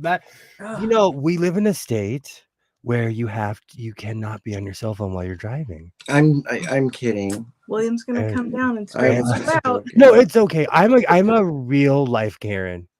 I do not. I am like hands on hips. Let me speak to the manager. I speak 2 languages. I could muddle through like 2 other ones. I'm a real life Karen. Speaking of sore points, see, you say you speak 2 languages. I've only heard the one. Just want to point that out. I've tried. And I'll tell you, it's because I used to speak it every day and I don't anymore. So I don't flex that muscle as much as I used to. But when I get around certain people, and that's the thing, like there's people who just assume that I don't speak English, and immersion is better. Mm. And it's different. Like people think I'm all different types of They assume you don't speak English. yeah, and I wear a cowboy hat. So it I just get that. I mean, screams. it's not like you. I mean, I don't know why you would. It's not. I don't know. I'm not the type of person that looks at anybody and assumes that they don't speak or know a specific thing. It happens to me a lot, and it wasn't just in Southern California because I traveled around a lot, and a lot of people would just walk up to me speaking Spanish, and because I do, I'm like, okay, but it's different. Like here, people actually speak Spanish. Up north, it's some like they're just being rude. They're like dos tacos and no cerveza. See, that's offensive to me. When so like, and that's one of the things. It's weird. It's weird. Languages are just weird. Well, it's like when I've always loved Spanish and I've always enjoyed practicing it with Lene, but I learned the bulk of it when I was obviously I took some in high school and then I went traveling in South America and I had to speak it. And so when I came back, I felt like really confident speaking it. But then when I would speak it to people here who came from like this region or like the border regions of Mexico, like they looked at me like just like they were like just speak English. And it like took away my confidence. So now I'm just not as good with Spanish anymore. That's Same thing. story nobody asked me to tell, but that's okay. No, same thing happened to me in Mexico. They were like, "You speak Spanish?" Yeah, I'd speak Spanish. I'm like, "Okay, we can speak English." Yeah, a lot of the time. I told you about that one lady. I had gone to Target and I was wearing green pants and a red shirt, but I guess the red shirt was enough. And she came up to me and she's speaking Spanish and she's asking me where things are. And I mean, I can get by, but if you're a native Spanish speaker, then you can tell immediately that I am not. And so I figure if someone continues to speak Spanish, it's because their English must be really terrible or non-existent. See, And but like so especially you and I, we could be rent-a-ethnics though. well, we could, but Because Cubans look like us, Haitian people, Dominican, Guatemalans, Salvadoranians. I didn't find it weird that she came up and spoke to me in Spanish. Lene But could get when she kept going, I just figured that must be because she doesn't speak English. And so, I just being a nice person, I, helped her as best I could. And I went about my business. And then I came back and I passed her later and she's there with her family speaking perfectly good English that I know is better than my Spanish. So I'm not sure why she kept going, but I've lived in so many places when I speak English locally after taking Australian, British, and Americans messes up my local style of talk. I think that's another thing. Like when I lived in Oregon, I was around a lot of people who were from Acapulco, so my Spanish morphed into Acapulco Spanish, you know. It's one of those weird things. But Yeah. then I lived with Salvadoranian people, and I picked up a lot of Salvadoranian nomenclature. Like Mm. Kevad Badidad, that's really not necessarily something that's like more Salvadoranian, Cuban. I told you the first time I heard it was Ricky Ricardo, but then years later in the Salvadoranian culture, they say that for everything. US says that I will have my check, please. Oh gosh, if you say Bill, I think of Schoolhouse Rock. I'm just a Bill, which is now already in my head. I have to finish this because I started it. My Friday shows is going to be like, look at all of this cleaning I've done. I accomplished so much. Look at all the sewing I'm planning for later. Is that squirrely? I have a question. Let's do some administrative talk here. Is that squirrely that like I'm a person of action? I don't like to talk about things, so I'd rather show you what I'm going to do instead of talk about it. Mm-hmm. Well, also, if you go with that route, then it gives you the opportunity to change your mind, you know. But if you say I'm working on this with this fabric and it's going to be out on such and such day, and then you don't feel like doing that and you do something else, then you get people saying, hey, where's that thing? Exactly. That's why, like, I really wanted to make a hoodie out of that weird drapey, whatever it is, that material. And you know what? It's been 7 days and I haven't made it. And I know myself, like I fall in love with things. So if I haven't made it yet, then I'm just glad that I haven't said that I was like going to, you know, or put it in stone.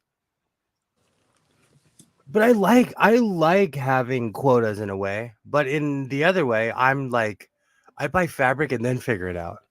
Mm, I always wanted to learn more languages.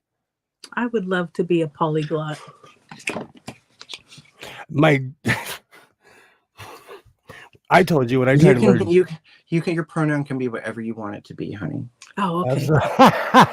Absolutely. Plus, with showing people, it gives other learning types that don't get told what to do to learn, but see to learn for themselves. And I like, well, when I was around people from El Salvador, they speak almost the same as someone from Mexico, but it's just a little bit different, like Guatemala as well. But it's different because I went to Guatemala and they basically speak the same language. Maybe they were just doing it because I'm an obvious American. I don't know. Well, Everybody was nice. I think you only run into problems if you've got like a strong regional accent or, you know, slang or something. Well, I mean, it's like I'm sure they appreciate you try, and at the end of the day, the goal's communication, right? Absolutely. That's why I've kind of fallen in love with those videos of people that have those like translators and they walk up to somebody like in Japan. I love those stupid videos. Oh, I've had people do that to me. They walk up with their Google Translator asking me questions and just stick their phone in my face. I have this really romantic view of meeting people. Hi, I'm a dumb American. I did not bother to learn to speak your language. But I'm here anyways. So Alibaba, do you speak French like fluently on the daily? I remember you had your keyboard in French one time. Alibaba says, plus with showing people, it gives, oh, we read that one already.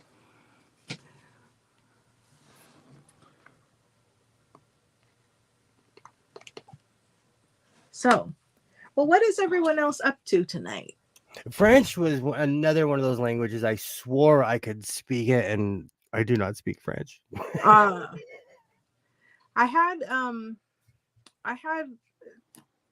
at one point, I took some French in college, and at one point I technically knew more French than I did Spanish, but because I had that summer abroad, the Spanish was much more comfortable for me, and I was more fluent and natural with it.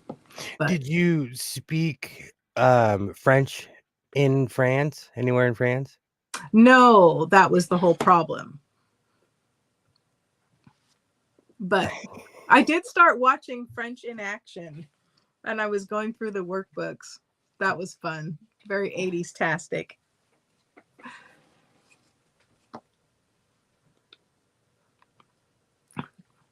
Stuff like that, it boosts your comprehension and stuff, which is not my forte. God, I failed on this gong. Okay. On the gong? I ruined my gong. Oh no. Whatever. It doesn't look Yeah. ruined. Well, I don't. Shall I show the people? No. Oh. I swear this gong looks fine from here. So I'll show you when it's okay. Fine. Here, show them what it looks like now, and then I'll Okay. show you what it's going to look like shortly. okay, so this is what the gong looks like now. I don't know. I don't see a problem with it, but apparently it's terrible. Just so everyone can tell, it's awful and it's completely wrong. Just so you know, FYI. Beautiful. Thank you. Well, you know, I could get around in Paris. That means you would be the mayor of Paris as well. Some enunciation, you would swear I'm French, but not. Oh, do you watch that comedian? He had lived in France until he was 5 or something like that. And so his pronunciation was really good, but he didn't really speak French very well at all, and so people would get very confused. And he has this whole bit about explaining to people that no, he's not a moron. It doesn't actually speak French, despite his his native accent. But he speaks French now. I think he married a French woman and lived in France for a while. Oh. But so he would do bilingual comedy. love that for him. I actually have known quite a few people. I know quite a few people from France. And I knew somebody who him and his buddies dressed and tried to live like Vikings. Like literally like trying to live like them out in the forest, or just wearing kilts and like being gay, like kind of Dreadlocks, making everything they can. I have gauntlets that were made from one of the people. They were actually really That's pretty nice. cool. But they it was someone who married a family member, but they couldn't hang living in America. Because you can't be like a Viking wandering in the woods in California.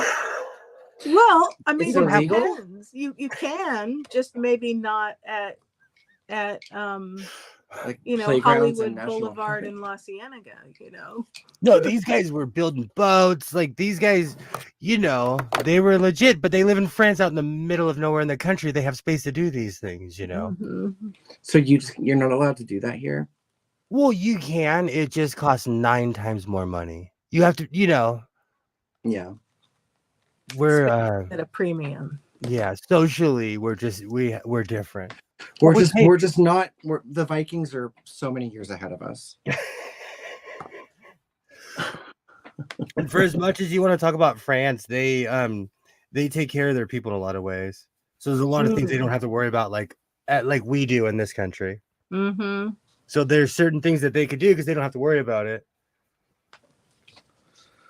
i.e. health insurance and other things. Oh, we have a shirt. All right, so let's make a hood. What kind of hood are you doing tonight? I don't know. I've been waffling all day, and then I went to Walmart and bought some more oopsies because I can't help myself. What did you get? My German is very Black Forest. Do you know what's really funny? Every time I think of the Black Forest, I think of Varos because I obsessively watched documentaries about Rome during the plague. So I know way more than I ever wanted to know. About Rome or the plague? Both. And I should have paid attention in college, and I didn't. And it's funny because there's certain things I'm watching, and I'm like, oh, I somehow like know this. Yeah, because you were semi paying attention. That's awesome. That's awesome. You know, I haven't decided what kind of hood I'm gonna make this week. Everything has just been kind of bleh. But you know what's so funny? I'm gonna make a Friday sews video. I'm sitting here saying like, I don't know if I want to do so frugal. I'll be up there with bells on, literally. So this is all me just waffling back and forth. All right, let's do a quick hood. And because it's a woven fabric, I do not necessarily have to line it because it's the same on both sides. This is true. And also, you know, woven can have more body than a knit. Depends on the, you know, weight and whatnot, but, you know, holds its form better.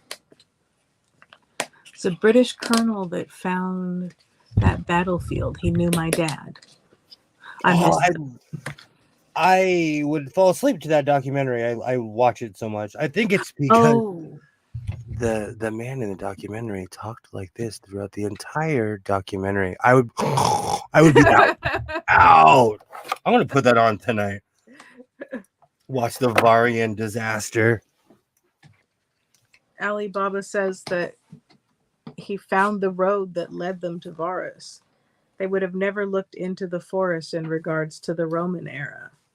See, you know, when we go and we try to do sciences with preconceived notions and assumptions about stuff, then we miss things like roads to Varus and the use of 28-day calendars. Oh, I can fix that. I see a flaw? No, never. There is a I don't want to dox myself too much, but there is a weird piece of history by basically this World War II general blew up these two sides of a mountain, and that's what we now call the 5 corridor. And there's this really weird Civil War era plaque on the side of the road that nobody like would ever know if you weren't from this side of town.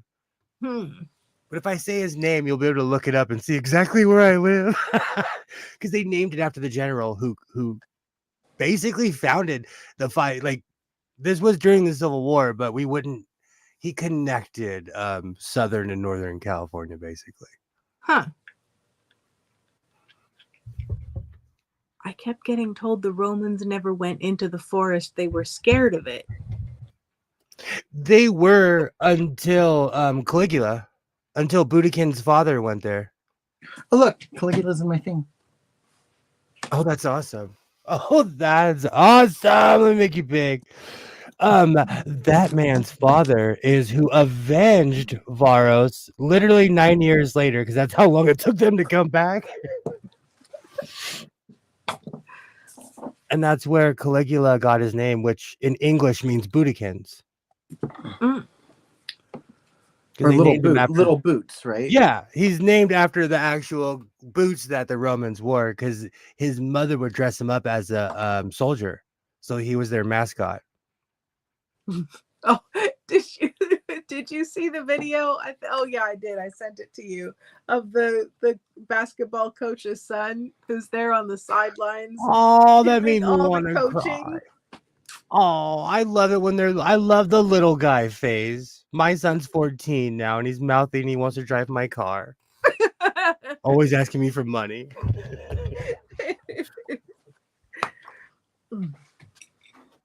So we have here, I need a spatula or something to show these off. I have my stack of little tiny boxes. This is just part of the stack because I'm dropping them. So for the ADD portion of the crowd, are you making one of those really cool light up things that are like, it's like a bookend? Yes. I like those. So here's where the gong is. It's up in the high corner. Oh. And I'll show the little work on the bottom. And then here is the spiral staircase. Ooh. That's awesome. Yeah, it's all going to come together in some kind of hodgepodgey way. But I'll tell you what, for being Temu, like these are really, really hard to click in, these pieces, and the wood's of excellent quality. Not a single one of them is broken yet. Wow. So There I you will go. say, you could do worse. I never thought I would be the weird hippie recycler, so I'm not judging you. I'm not judging. I never thought I'd be here in my life, but I never thought I would turn into Captain Planet. Liz is over here speaking German. Ich sprechen ein Wein Deutsch. Laugh out loud. I just muttered something awful, I bet. Mein Deutsch. Alibaba says, Liz, I think you're time traveling. Oh dear. Was that old-fashioned German? I don't know any German. Well, I can count to 10 and say forwards, backwards, and sideways. I can grew say, up. Willkommen, bienvenue, welcome. I grew up around people who were World War II refugees, and they spoke German.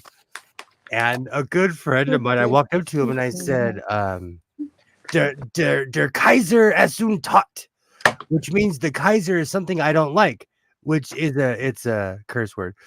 But he's like, you don't like rolls? I was like, I need to work on my German. I was trying to talk about the Kaiser, but obviously I'm talking about bread. I forgot about that. I need to call him. I've known that's someone I've known my entire life. That's beautiful. Yay. Some witch is going to be rubbing baby fat all over a broomstick in a corner. Just give me like a day. Sorry. Hey, where's that party? I want to go to that party. Show, by the way. Like 64 years. I speak the old style. It took me a minute to figure out what that was too. Okay, someone explain to me why French cannot figure out how to say 80 and 90 without, and I have a bone to pick with you, French. You need to modernize. We can figure something out, a nice convenient word. It'll be good. Think, why can't we be friends in a minute or what? They go with the whole the 4 type situation instead of just saying 80. They say 4. Yeah, well, they say 420s. Oh. So 80 is 420s. And then, so if you want to say like 89, you say 420s 9. Did you know that the word for toe in Italian is finger of the foot? Huh. That's like in Spanish, the nouns are always first. So if you said in English what you were saying in Spanish, people would think you've lost your brains. Finger of the foot. I love that. All right, so I'm going to attempt to make a hood. All right. What are you making your hood out? I know this is going to be your favorite portion. I'm starting a new portion of my stream. It's what evil candy did William buy? Oh, no. Think of your health. Who needs health and teeth when you have sugar? Oh, did I send you that Tony Baker sketch about the Girl Scouts being cookie pushers? You know what's so sad? Do you know what's so sad? That's actually true because when I walk out of like stores, I do not make eye contact with them. You guys everyone saw how much money I spent just this year on Girl Scout cookies. Like, it adds up, and man. So should I go full sugar, or these are sour and these are just regular? Regular. So sour. If it helped you make your decision. Let's see. This is 4 3/20. Is that what that says?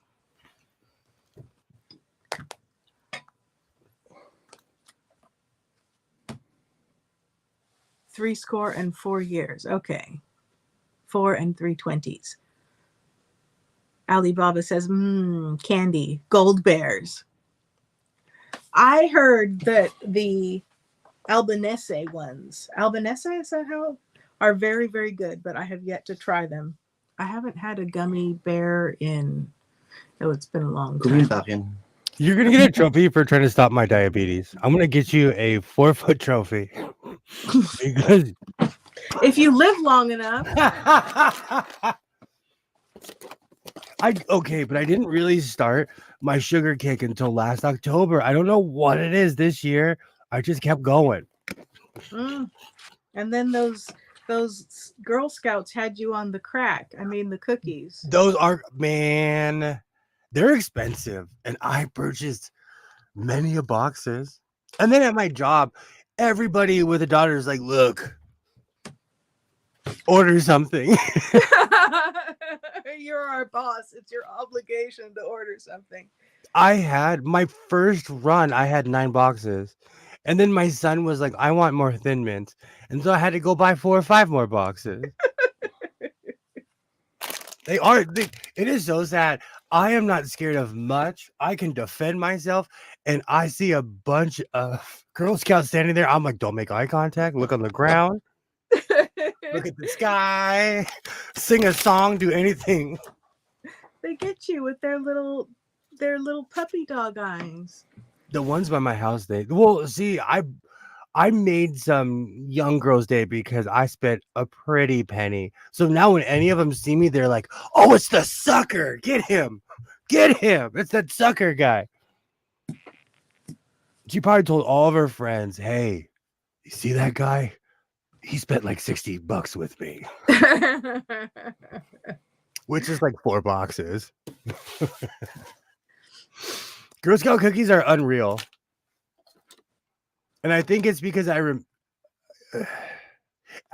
about to give an old guy speech again, but I think it's because I remember back when they were like $2 a box. Like they're like I remember back when I didn't have to pay for them because somebody else did. Oh, they're so good. Same. I love my little thing. Oh my god. They're still out there. Isn't February over? This is unfair. They used to only go for the month of February. They're still standing out in front of the stores by my house. Maybe they over-ordered. Look. That's very true. This is 5 pieces. The drug dealers should get better inventory. Goes right in here. Well, there was a special going. They figured they could put Let me switch my angle. Let's see what else. People driving a 9, MMA class. This is my self-felled portion of the stream where I gripe about life in general. But like I said in the beginning of this stream, and I'm kind of not kidding, I'm tuned out of politics. So send me links to all the fun stuff. I've been watching Alf all day. And then I started watching Desmond's Barbershop. Does he eat cats? Well, the shtick eats cats. The shtick is that they say that he does, but he never does. Well, that's because they're out of cats. There are no more cats left around for him to eat. It's just pure nostalgia. It's kind of like when I hear the Fame theme song. I remember like sitting at the house, being a little grommet and watching it. And being like, wow, I wish I was that flexible. Damn it, now I have fame. I want to live forever stuck in my head. Girl guides order their needs for what they want to do that year. If they don't meet the goal, they'll keep selling what they ordered till then. And they have all these new ones too. Like the brownie one was kind of a failure. It's a hard brownie cookie. Like a brownie crisp. Yeah, and pot's legal, and I didn't like it. You got to really think. I should be a taste tester. I hate to do this too, but I'm getting pushed. be okay to leave this and reconvene? Here. Sorry, guys. Here. No worries. No worries. Now I have fame stuck in my head. Let me. Okay. All right. So I am getting around to making my hood. I always say, oh, I'm not going to make it that large. I'm not going to make it that large. It's going to be huge. Let's not lie to ourselves.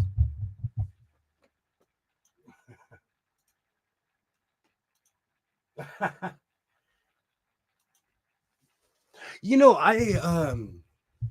Alibaba, I wouldn't be shocked if the Girl Scouts weren't selling that much because of the price. Man, Girl Scout cookies cost as much as a gallon of gas. And you don't want to be at the gas pump making life decisions like Cat Williams said. But Girl Scout cookies are expensive. They're like $6, $7 a box. But again, I live in Southern California where inflation is real and everything is expensive here.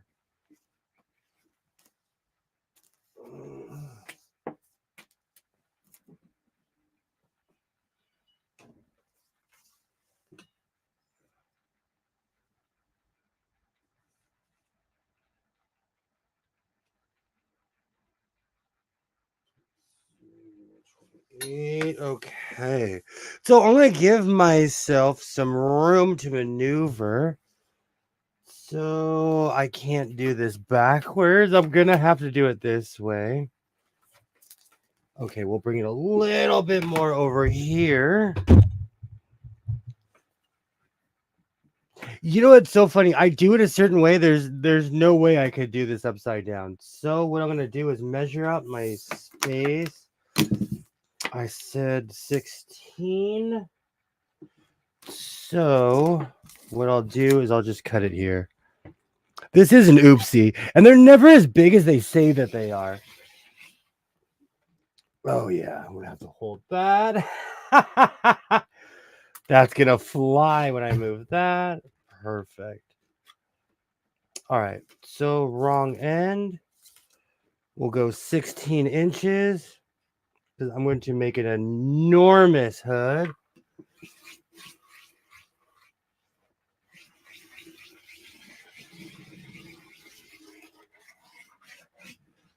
Perfect. Why are you not coming apart?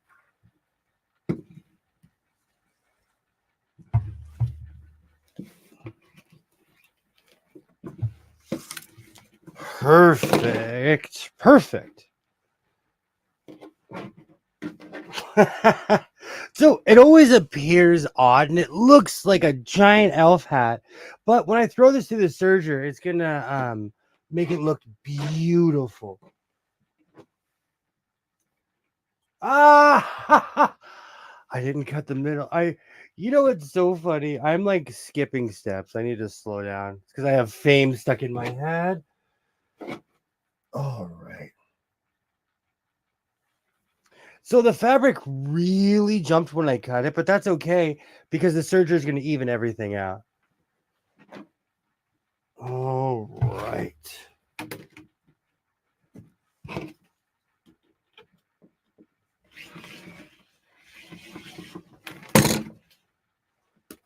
Perfect.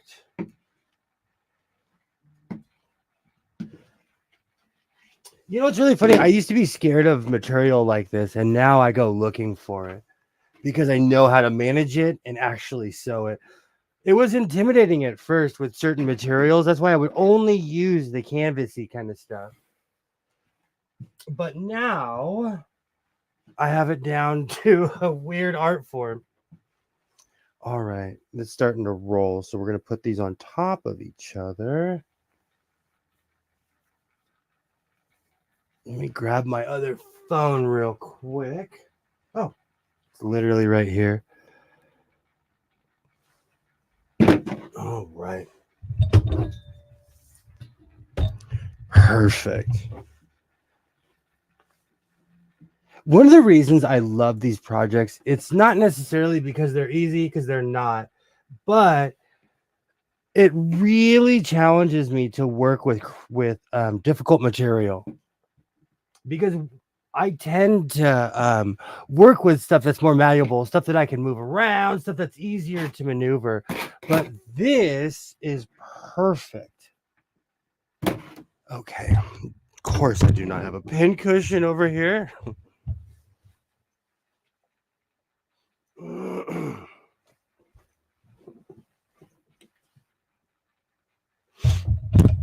Oh, this is going to look great. One of the reasons I like working with this material is because of the way it looks. It's a little bit more difficult, but once you lay it flat and get it together, it is beautiful. I'm going to serge everything in place, but then I'm also going to go around the edges and even everything out.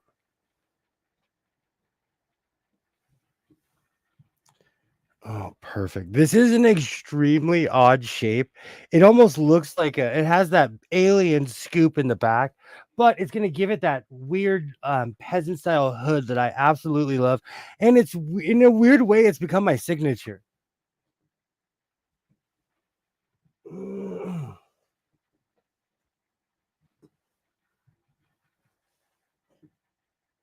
Perfect. Perfect. I think I'm putting in way too many pins. Beautiful. All right, so we're almost ready to sew. Let me throw a pin or two in. Perfect.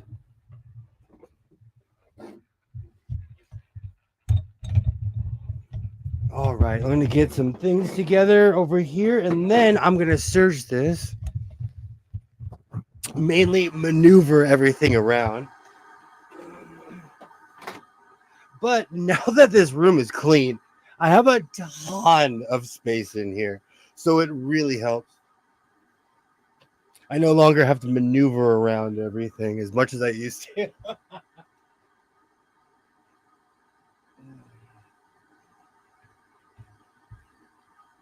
All right. I'm actually really excited for how this is going to turn out. I hope everyone is having a great Wednesday evening, Thursday morning, wherever you are. Thank you for joining me. I'm going to switch my angle really quick, and then I'm going to start serging. There we go. Took me a minute to figure that out. I bought a giant external hard drive so I can continue on making videos. I was actually really excited because I didn't know if the files were going to transfer. It's always drama, and it worked. So, yay. Hi, good night. Thank you so much for letting me participate in the peanut gallery. And I love your stream. It's great, and you are just adorable. And thanks for doing what you do because it's great. Excellent contribution to the world of filth that the internet provides. Absolutely. Yes. All right. Take care. Have a great night. Thank you for stopping by. I'm grabbing my broom. Open a fucking window. Release the bats. All right, Sasha. Off the bag.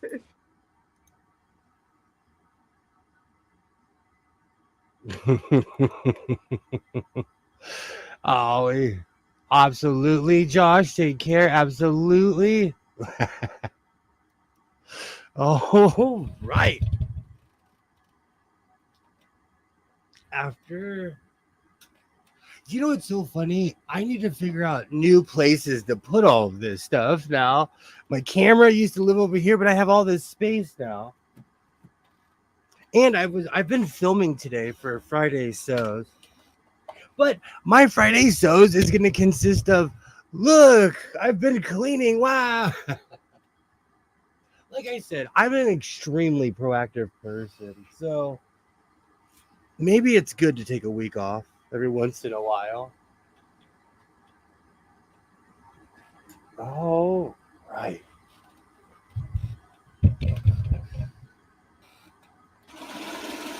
Perfect.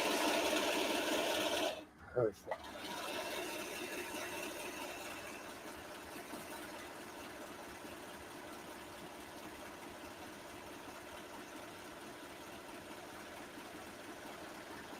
Perfect. Like I said, the serger is gonna pretty much even out any mistake that was made, and it's already taking shape, and this is beautiful. I was always scared of really stringy knitted material like this, but I'm really starting to gain confidence on it.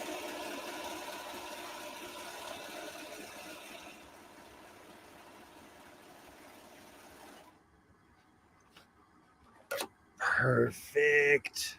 Perfect. All right, so I'm gonna pull my pins and take a look to see if there's any imperfections, to see if I missed a stitch or two. And sometimes it's hard to tell when you're swinging when you're maneuvering your fabric in a circle, because I kind of went in a half circle, so it's hard to tell sometimes. All right, let's see how. I'm actually excited to see how this one comes out. It has the shape and the size, but we shall see.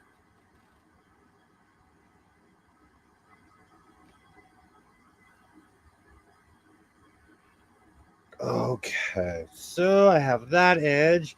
Now I'm going to serge I'm going to serge underneath. Perfect. This really evens it out too. And it gives it that uniform look as well. Perfect.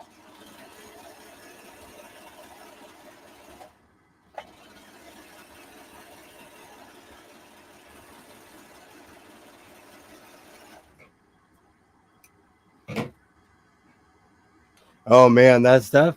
This material is definitely see-through. It's been a while since I've worked with something like this. All right, so now I'm going to hit the top, and then I should be ready to sew. But you know, you always got to check for imperfections. And now that I think about it, I think there's something that I probably have to fix on the shirt. But I'll add the hood first. Perfect.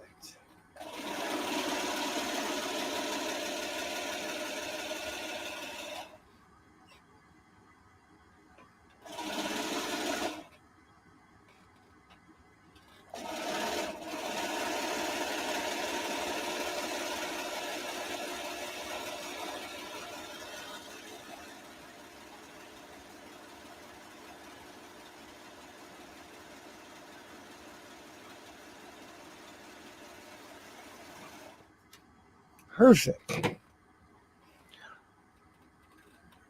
I think we have contact. Oh, that's perfect. All right, so what I'm gonna do is clean up a little bit and add it onto the mannequin slash dress form slash I don't even know what to call it anymore. My heater's going off because we've had torrential downpour here in Southern California.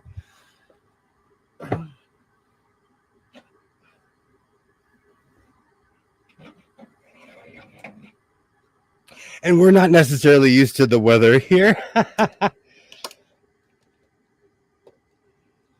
All right.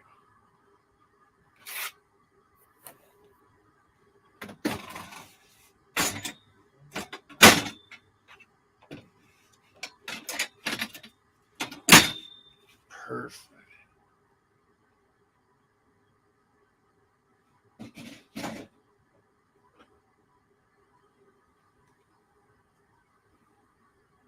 All right. So now I'm going to add the hood. The shirt's really coming together. If I sat down and concentrated, I could probably make a few of these. Usually these come together fairly fast. But I've been trying to take my time. But I've fallen in love with this material that I got from Modella, man. Like I said, I originally went looking for this like thick polyester, and every time I buy something, it's something different. But it has definitely helped out here in the House of Sewing because I have a ton of black material, and it is an amazing base. And I wear a lot of dark clothes, and for as much as I'm bringing color into my wardrobe, I'm also adding to it too. So it's good to make things that you actually want to wear. Perfect. Perfect. Pinning something like this is important because you have to make sure that you come through on all sides because this is baggy. So it's going to completely drape over what you're sewing. So what I like to do is once I get my initial pins in, I kind of pull it around the edges just to make it even. Wow, as even as I could make it. Perfect.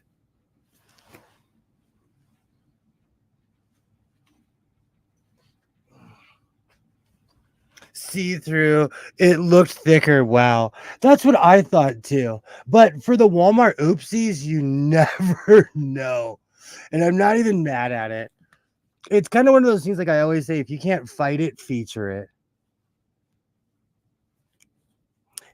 And a lot of material is being made extremely thin nowadays because people are cutting corners anywhere they can. That's one of the reasons I love going to Modelo Man in downtown Los Angeles, is because I get it straight from the roll. There's not no one's messing with it. There's not even room for interpretation. It comes straight from the manufacturer. Okay, did I give myself enough space? Perfect.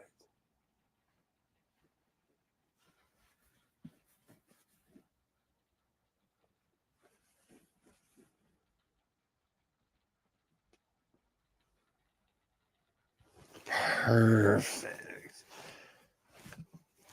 I like to look and see how it drapes, considering that this mannequin and I are the exact same height. Perfect. Let me turn that over a little bit more. You know, it's so funny. I forget how much maneuverability I have in this room now that I've cleaned it out.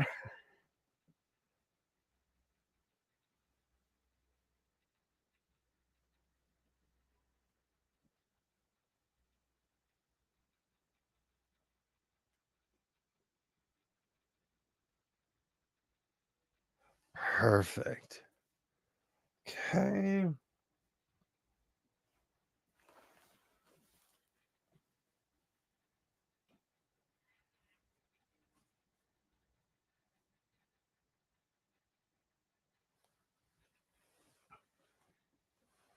All right, I'm going to throw one more pin in just because.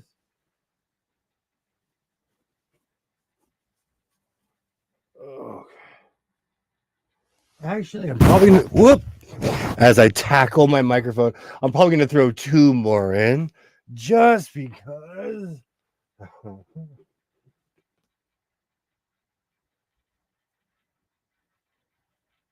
Perfect. All right, so let's start sewing.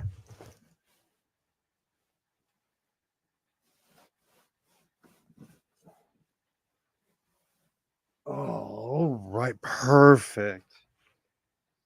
Let me put that there, clean up a little bit. It's amazing how much stuff accumulates on my desk.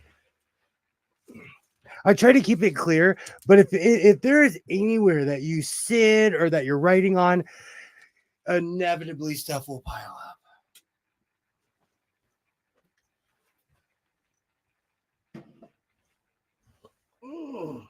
I keep on avoiding this pen. I might as well pick it up. Do you know what's so funny? I go out of my way to make sure there are no pins on this floor. Hello. Hello. I have walked my friend out. Yay, we almost have a shirt.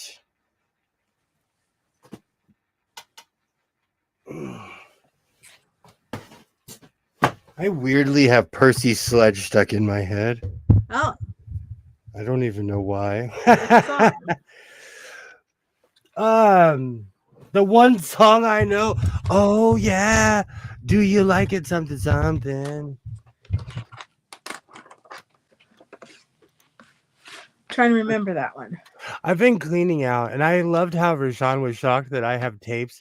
Oh, I have a ton of tapes. And I have like, I don't know what to do because I have like Wilson Pickett. Like I feel like a curator to a museum, you know? Stuff of people that people don't even, they have come and gone.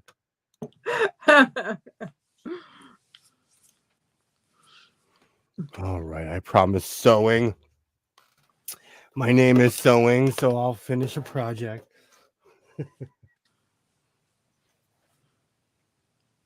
My friend said to me earlier, he's like, is he going to sew? I'm like, yeah, he sews. I've actually, you know what? The sad thing is that entire thing was prepping. It's like painting. It's just like painting. You spend more time getting ready than actually doing the thing, you know?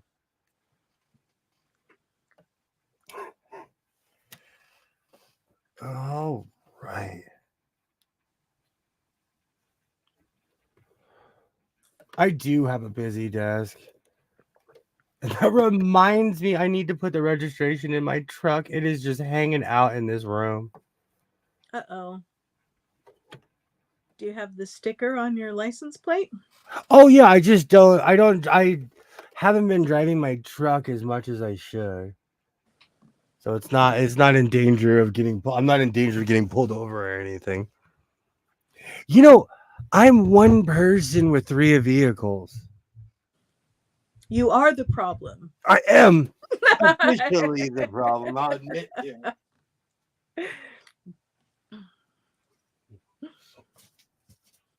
Four, if you count the other one down the street.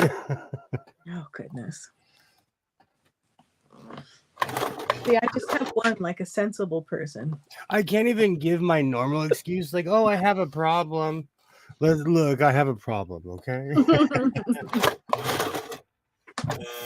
Oh! Ah! Why? What's going on? Oh, meshy. Oh, and it's always on the important swing too, man. Okay. I thought we were going to have a talk right now, young man. Sewing machine. Yeah, I did. I gendered a sewing machine.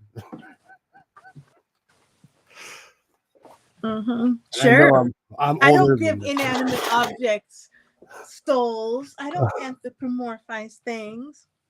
As a human being, I 100% reserve the right to be an utter and complete hypocrite.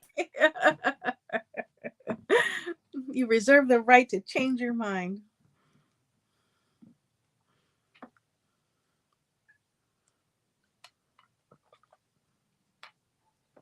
I am lagging today. It would help if there's thread in the machine. You may not want to be attached, but you're going to get attached. Thread in the top part. Michael, Oh, check your not bobbin today, while Bobbin. you're paused. Not today, Bobbin. Did you check it? Did you check it? I'm not going to switch my angle, but this is pirate sewing. You're that civilized person when they get on the pirate ship and they're like, how did you get here? Well, you were already paused and threading the needle. You might as well make sure that there's thread in the bobbin. It's just only sensible. Even pirates have to, steer the ship. It's almost been a year. Do I appear to be sensible to you? It's almost to leave. Okay. I'm checking the messages because I'm behind. Are you sewing though? Is the question. It appears to be sewing. Alibaba says, I hear the machine saying no.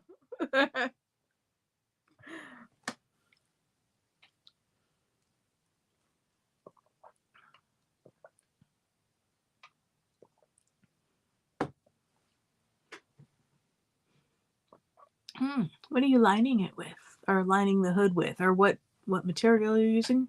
Is that the hood itself? I did not line the hood. Not everything needs to be quoting Joy on that one. Not every single thing needs to be lined. This particular fabric, I thought it was thicker than what it was, and Alibaba and I both discovered together that it's see-through. Oh. But that's okay. It can come to the party too. Good thing you don't have a boob on your head or something. Some people would argue that I do. Just depends on who you're talking to. If you want to get global, I'm an American, so a lot of people would say I have a giant boob.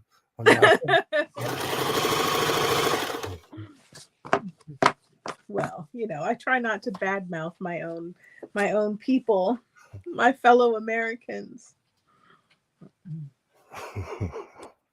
I mean, if I want to, I can claim the English side and then the side that was forcibly dragged here and just wash my hands of the whole thing. Are you about to give a Plymouth Rock speech right now?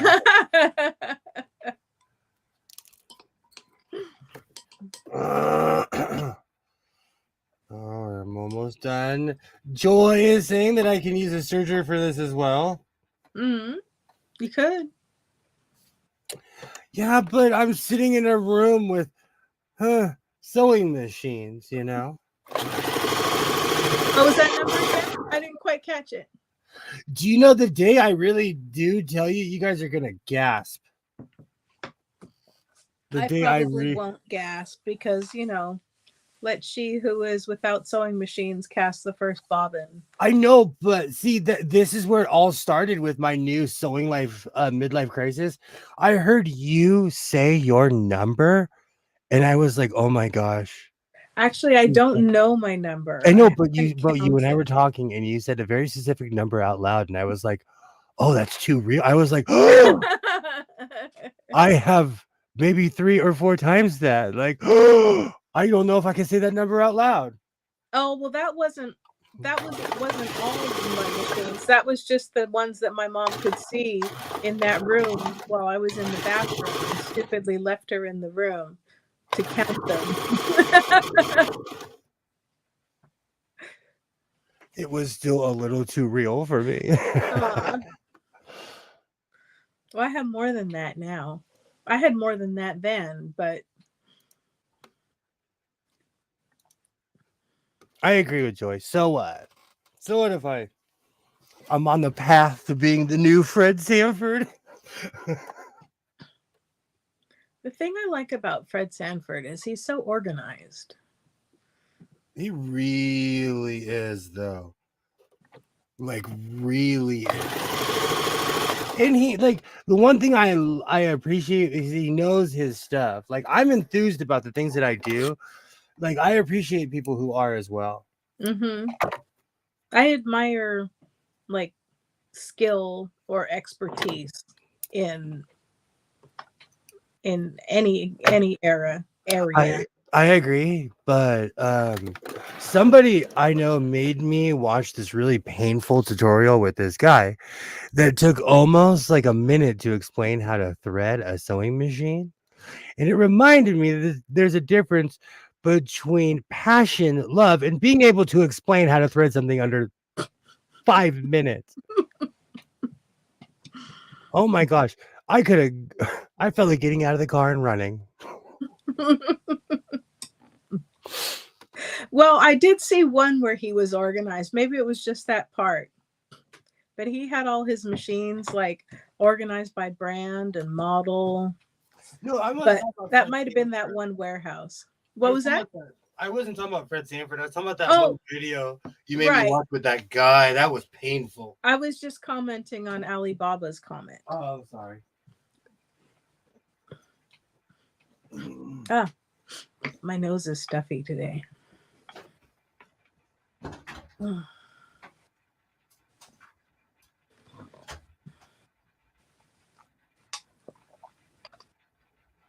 So I did all those little stickers on these little boxes. But the thing is, I have done all the little boxes. Oh, Allie. I did all those little boxes and I still have 10 stickers left. So I'm wondering if I have overlooked some of the little boxes. I must have, right? A whole bunch of them. Oh.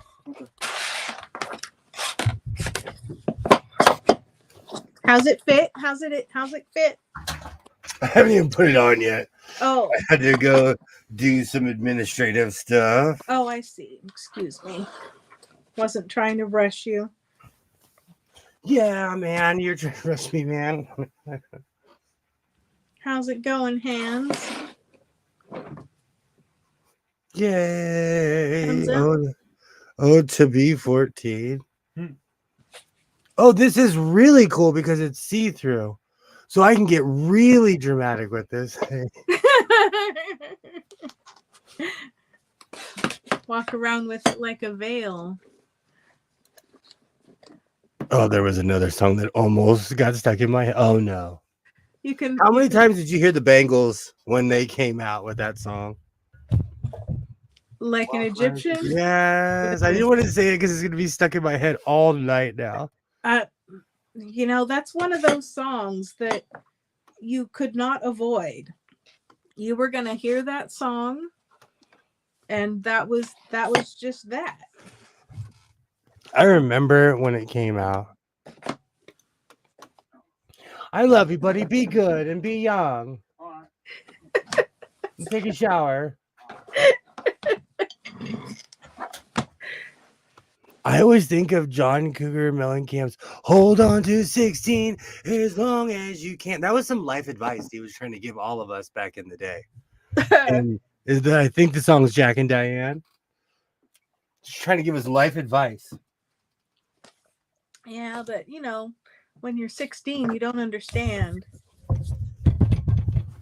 I am falling in love with these hoods. I'm gonna hang it up. I'm gonna go on a tour and find who I could sell these to. I'm sure there's a market out there. Probably. We keep telling you that.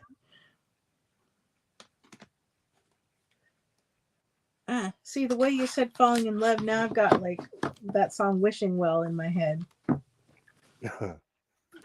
See, one of the reasons I love you. Oh man, I have fallen in love with this yet again. You know, today was kind of a goofy day. It was a weird day. So I made something goofy and I feel better. I stuck to my plan. Therapeutic sewing. I actually like how, because of Modella Man, I have miles of this fabric. I still have a roll with at least 10 or 11 yards of this stuff. The one with the design stripe things? No, the black fabric. Ah. This design, it was an oopsie from Walmart. Ah. You should see people's faces when they see me walking around with this stuff on. They're like, what planet is this guy from? And why is he wearing a windsock on the back of his shirt? Well, if there's a plane emergency, you're there. You just run out carrying that. You have miles of Modella Man fabric because of you. That is true, but he gives it to me so cheap. It's really helped me out in my sewing. And you've helped him. He's like, at last, someone to get this out of my shop. He snorted and literally went squeak. He squeaked. I don't even know how to explain it. Like, he literally squeaked one time when he saw me. He was so happy to see me. But you know what? I want to say something. Here in the House of Sewing, I know I waffle a lot, but I'm about results. I made this. This is something that I'm actually going to wear. I'm slipping into my weird Rick Owens era, but I promise you that I wear everything that I make. And then it lives in my closet. I miss the reveal and I miss hands. Oh, we're still here, Alibaba, for a little bit longer. But I love how this looks. Speak for yourself. Ba-na-na-na-na-na-na. Ba-na-na-na-na-na-na. Sorry, I am so tired today. I'm gonna be hopping off pretty soon. I came and saw and conquered. I did what I had to do. This mic is just not my friend. What does your hood look like thrown back? Let's find out.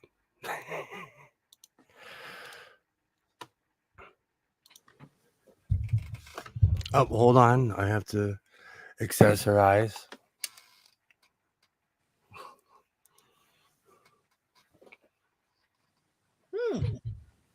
I like it that way too. It's also because I'm wearing a black shirt underneath that makes it look better too. Pardon me. Oh, I'm definitely going to call this a victory here in the House of Sewing. I will have a Friday Sews video out on Friday, hopefully. I've been sick since my birthday, so if we get there, we'll be there. Yay! Send him a pinch. So I'm thinking about going to downtown this weekend. Oh. But we'll see, as my mic is just flying all over the place. I feel like I've neglected Modella Man. Well, that's a strong word. Well, no, I'm just, when I walked in there, do you know how shocked I was when he had all that fabric? I truly was like, what if he goes out of business? What if he runs out of everything? The guy probably has a money bin like Scrooge McDuck in the back, you know?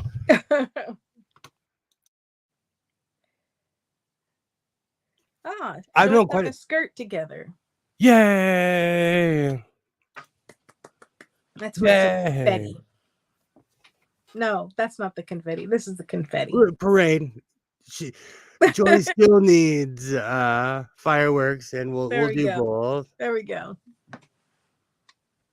And they gave me balloons for some reason.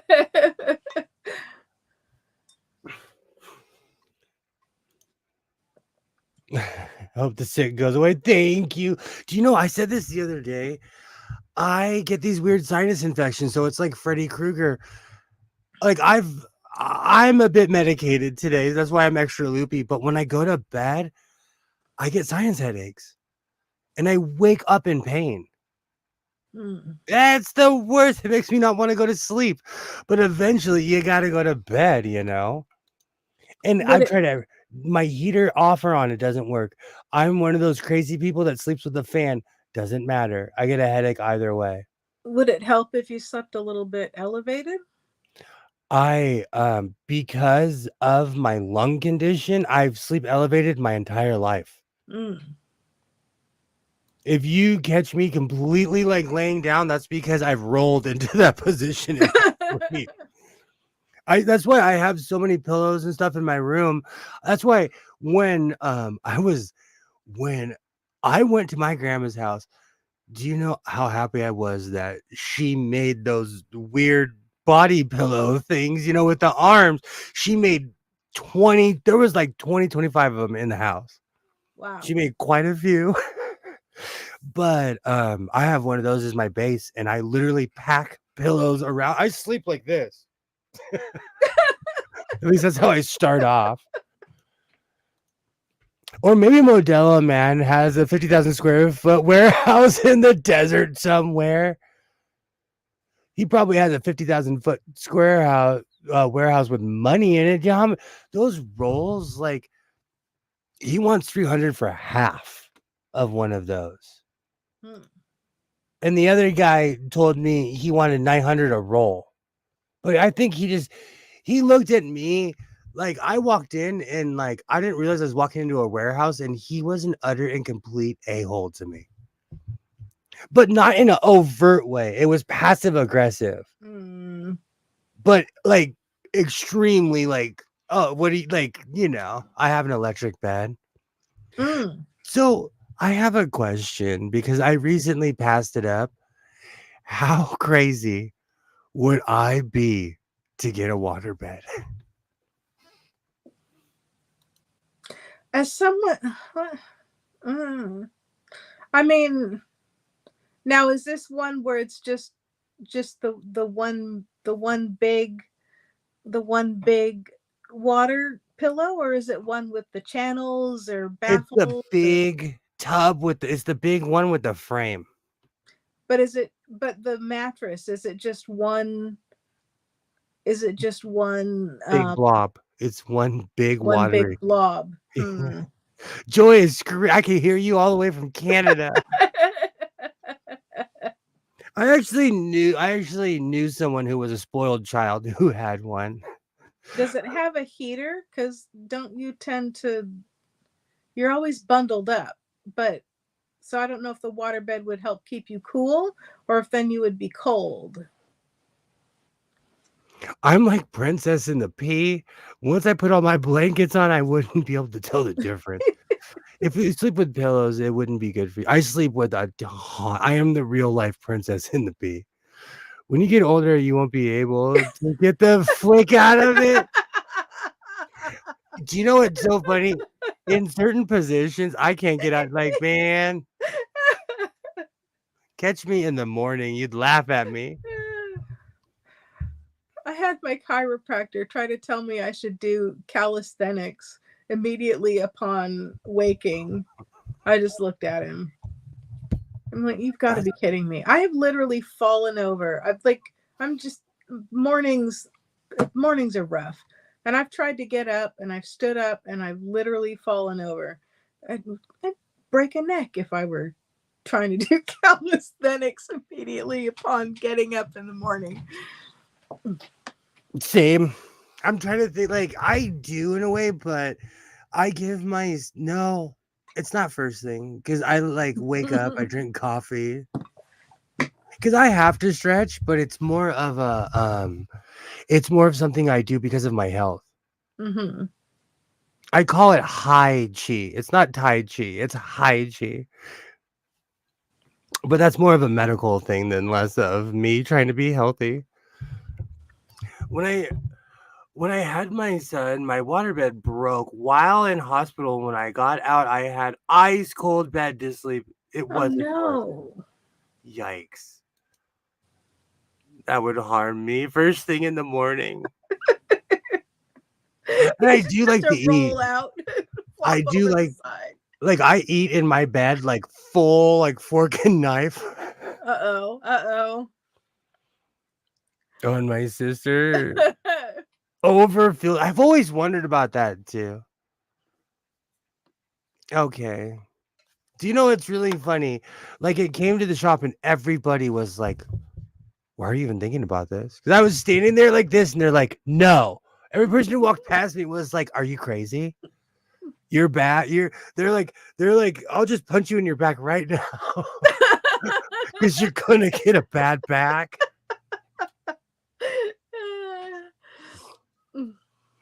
Because people give us stuff because I work for a nonprofit, and 90% of it we can't give to the people. Oh.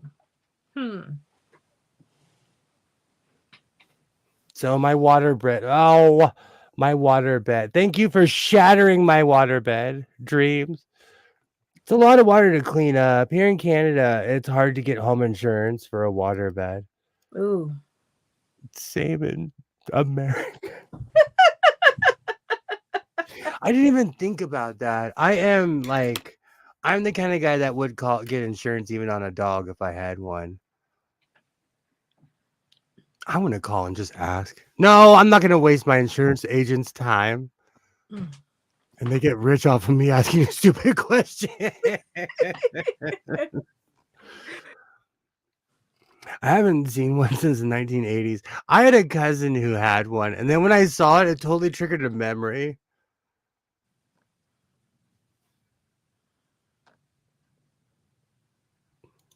I don't know if you 80s was when I had it.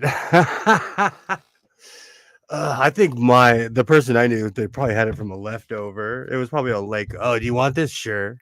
All right. I'm gonna float on. Our co-pilot here is getting groggy, so I'm gonna land this ship. Sometimes you need two people to pilot this, sometimes you don't. Oh, I found a pin. Oh, where was it? It stroked my hand. Oh, I found a pin. Oh, it's like it's stabbing you in the jugular. Well, I stroked my hand against this, and it went across all my fingers. Hey, I'm gonna feel that in the morning. Where? Oh, here is probably more than one pin. There's one. Was that the pin? it's like having the cat, but you only got the claws and not the fuzzy. There was one time during the live stream, I made a shirt. I was so accomplished. I put it on. I sit back in my chair and I was like, I forgot to take some of the pins out, and it went right up my spine. Ooh. Oh yeah, it woke me up. That definitely woke me up. So, do you have anything you'd like to show, Polish and Assembled? No, I foolishly spent all my time putting stickers on tiny boxes. making mini bookends, which I'm intrigued. Got the metal detector wand right too. Absolutely, I have a wand and a metal detector. I have all kinds of stuff. I'll never know why my predecessor had a wand.